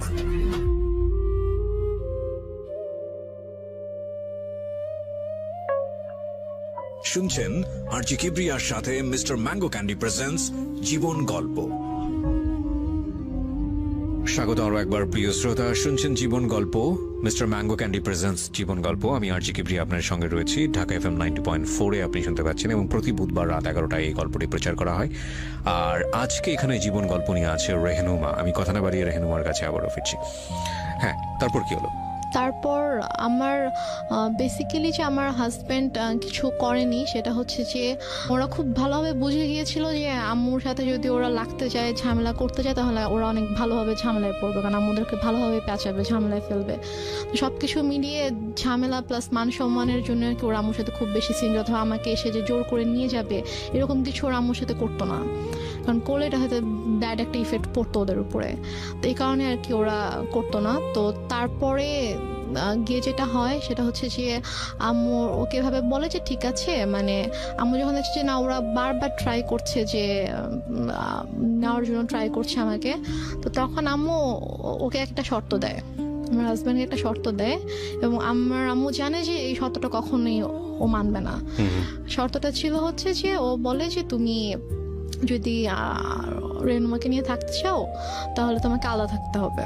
আলাদা থাকতে হবে তোমার ফ্যামিলি থেকে? হ্যাঁ, আচ্ছা। তোমার family থেকে আলাদা থাকতে হবে। তুমি ওকে নিয়ে তুমি আলাদা একটা বাসা নিন, হয়নি তো বড় করে একটা অনুষ্ঠান করতে পারি, তো করলে তখন সব ঠিকঠাক হয়ে যাবে।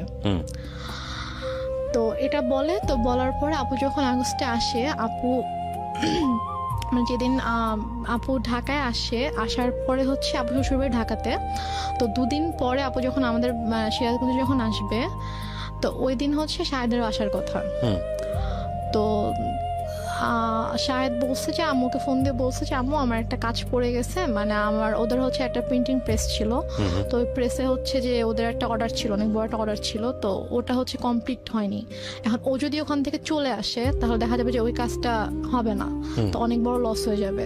তো বলছে যে আম্মু আমার তো কাজ শেষ হতে সন্ধ্যা হয়ে যাবে, তো ওর যে ভোরবেলা রওনা দেওয়ার কথা, তো আমি রাতে আসি, সন্ধ্যাবেলা কাজটা শেষ করে আমি হয়তো 8টার দিকে রওনা দিলাম, দিয়ে আমি রাতের মধ্যে চলে আসবো।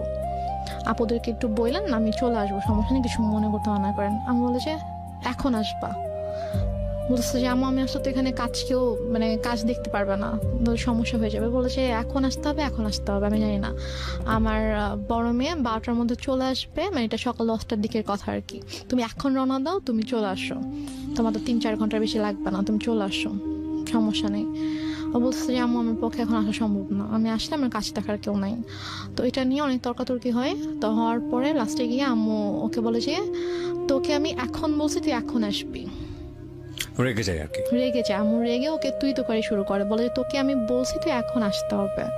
এবং ওর এটা নিয়ে খুব মানে ইয়া হয়, ওর ইগোতে লাগে যে তোমার শাশুড়িকে আমাকে তুই করে কথা বলবে। তো বলে যে আম্মু আমি যাবো না। বলছে তুই যদি এখন না আসিস, এখন যদি রওনা না দিস, তুই যদি এখন না আসিস তাহলে তুই জীবনও এখানে আসবি না, তুই ভুলে যা আমার মেয়েকে, তুই জীবনও আসতে পারবি না, আমি তোদের রিলেশন জীবনও ঠিক করবো না, তুই জীবনে আসতে পারবে না। তো বলছে যে আম্মু মানে এটা তো বুঝতে হবে, আমার সমস্যাটা যদি আপনি না বুঝেন তাহলে তো আমার কিছু করার নেই। তো তারপরও মানে ও চেষ্টা করে বুঝাইতে, বাট আম্মু বলেছে না এনিহাও আসতে হবে। তো বলেছে আমার পক্ষে সম্ভব না আসা। তো যাই হোক ও ফোনটা রেখে দেয়। তো আপুরা চলে আসে। তো আপুরা আসার পরে আপুদেরকে যেটা বলে সেটা হচ্ছে যে ও ও বলছে যে আপনার মেয়ে আসছে তো আমি কি করব, আমার কেন যাইতে হবে, আমি যাইতে পারবো না আপনার মেয়ের সাথে দেখা করতে। আপনার বড় মেয়েকে বললেন তার যদি আমার সাথে দেখা করতে হয় সেজন্য আমার বাসায় এসে আমার সঙ্গে দেখা করে, বাট এটা কিন্তু ও বলেইনি। তারপরে গিয়ে বলে যে আপু আপু তো এটা শুনে খুব হার্ট হয় যে কেন এটা বলবে, ও আমাদের ছোট, ওকে আমরা নিজেরা ডাকলাম যে হ্যাঁ আম্মু ওকে আসতে বললো, আমরা ওর সাথে দেখা হয়নি, ওর সাথে দেখা করব, তো ওর ফ্যামিলির সাথেও দেখা করব, তো ও কেন এভাবে রিয়াক্ট করছে। তো তারপরে গিয়ে বলে যে হ্যাঁ তোমাকে তো বলছিলামই ছেলে ভালো না, ছেলের মা ভালো না, ছেলে এরকমই, দেখছো কিরকম বেয়াদব। মানে আম্মু এটা করছে হচ্ছে সম্পূর্ণ ইচ্ছাকৃতভাবে। ফার্স্টে ওকে ওকে ঠিকঠাক করছে, ওর সাথে সম্পর্কটা ঠিক করছে, ঠিক করে ও আসছে। তারপর যেদিন আসবে, মানে আসলে আপুর সাথে দেখা হলে তো সবকিছু নর্মাল হয়ে যেত, এবং হয়তো আপুর সাথে সম্পর্কটা যদি নর্মাল হয়ে যেত, তখন যদি আমি শ্বশুরবাড়িতে চলে যেতাম, তখন হয়তো আপুকে ডিটেল ঘটনাটা বলতে পারতাম যে আসলে ব্যাপারগুলো কিন্তু এতদিন এভাবে এভাবে ঘটেছে। আম্মু আসলে এটা চাইনি যে আমাদের সম্পর্কটা স্বাভাবিক হোক এবং আপুর সাথে ওর সম্পর্কটা স্বাভাবিক হোক। ওকে। তো ইচ্ছাকৃতভাবে আম্মু এরকম সিন ক্রিয়েটটা করেছে। তো আপু ভাইয়া তো অনেক রেগে গেল। রেগে যাওয়ার পরে বলতেছে যে ঠিক আছে বাদ দেন, এই ছেলের সাথে আসলে দরকার নেই, সংসারের দরকার নেই, ওকে ইয়া করেন, ডিভোর্স পেপার পাঠিয়ে দেন। বাট আপনি তখন কি বলছিলেন? আমি তখন বলছি যে আমি তো ডিভোর্স দিব না।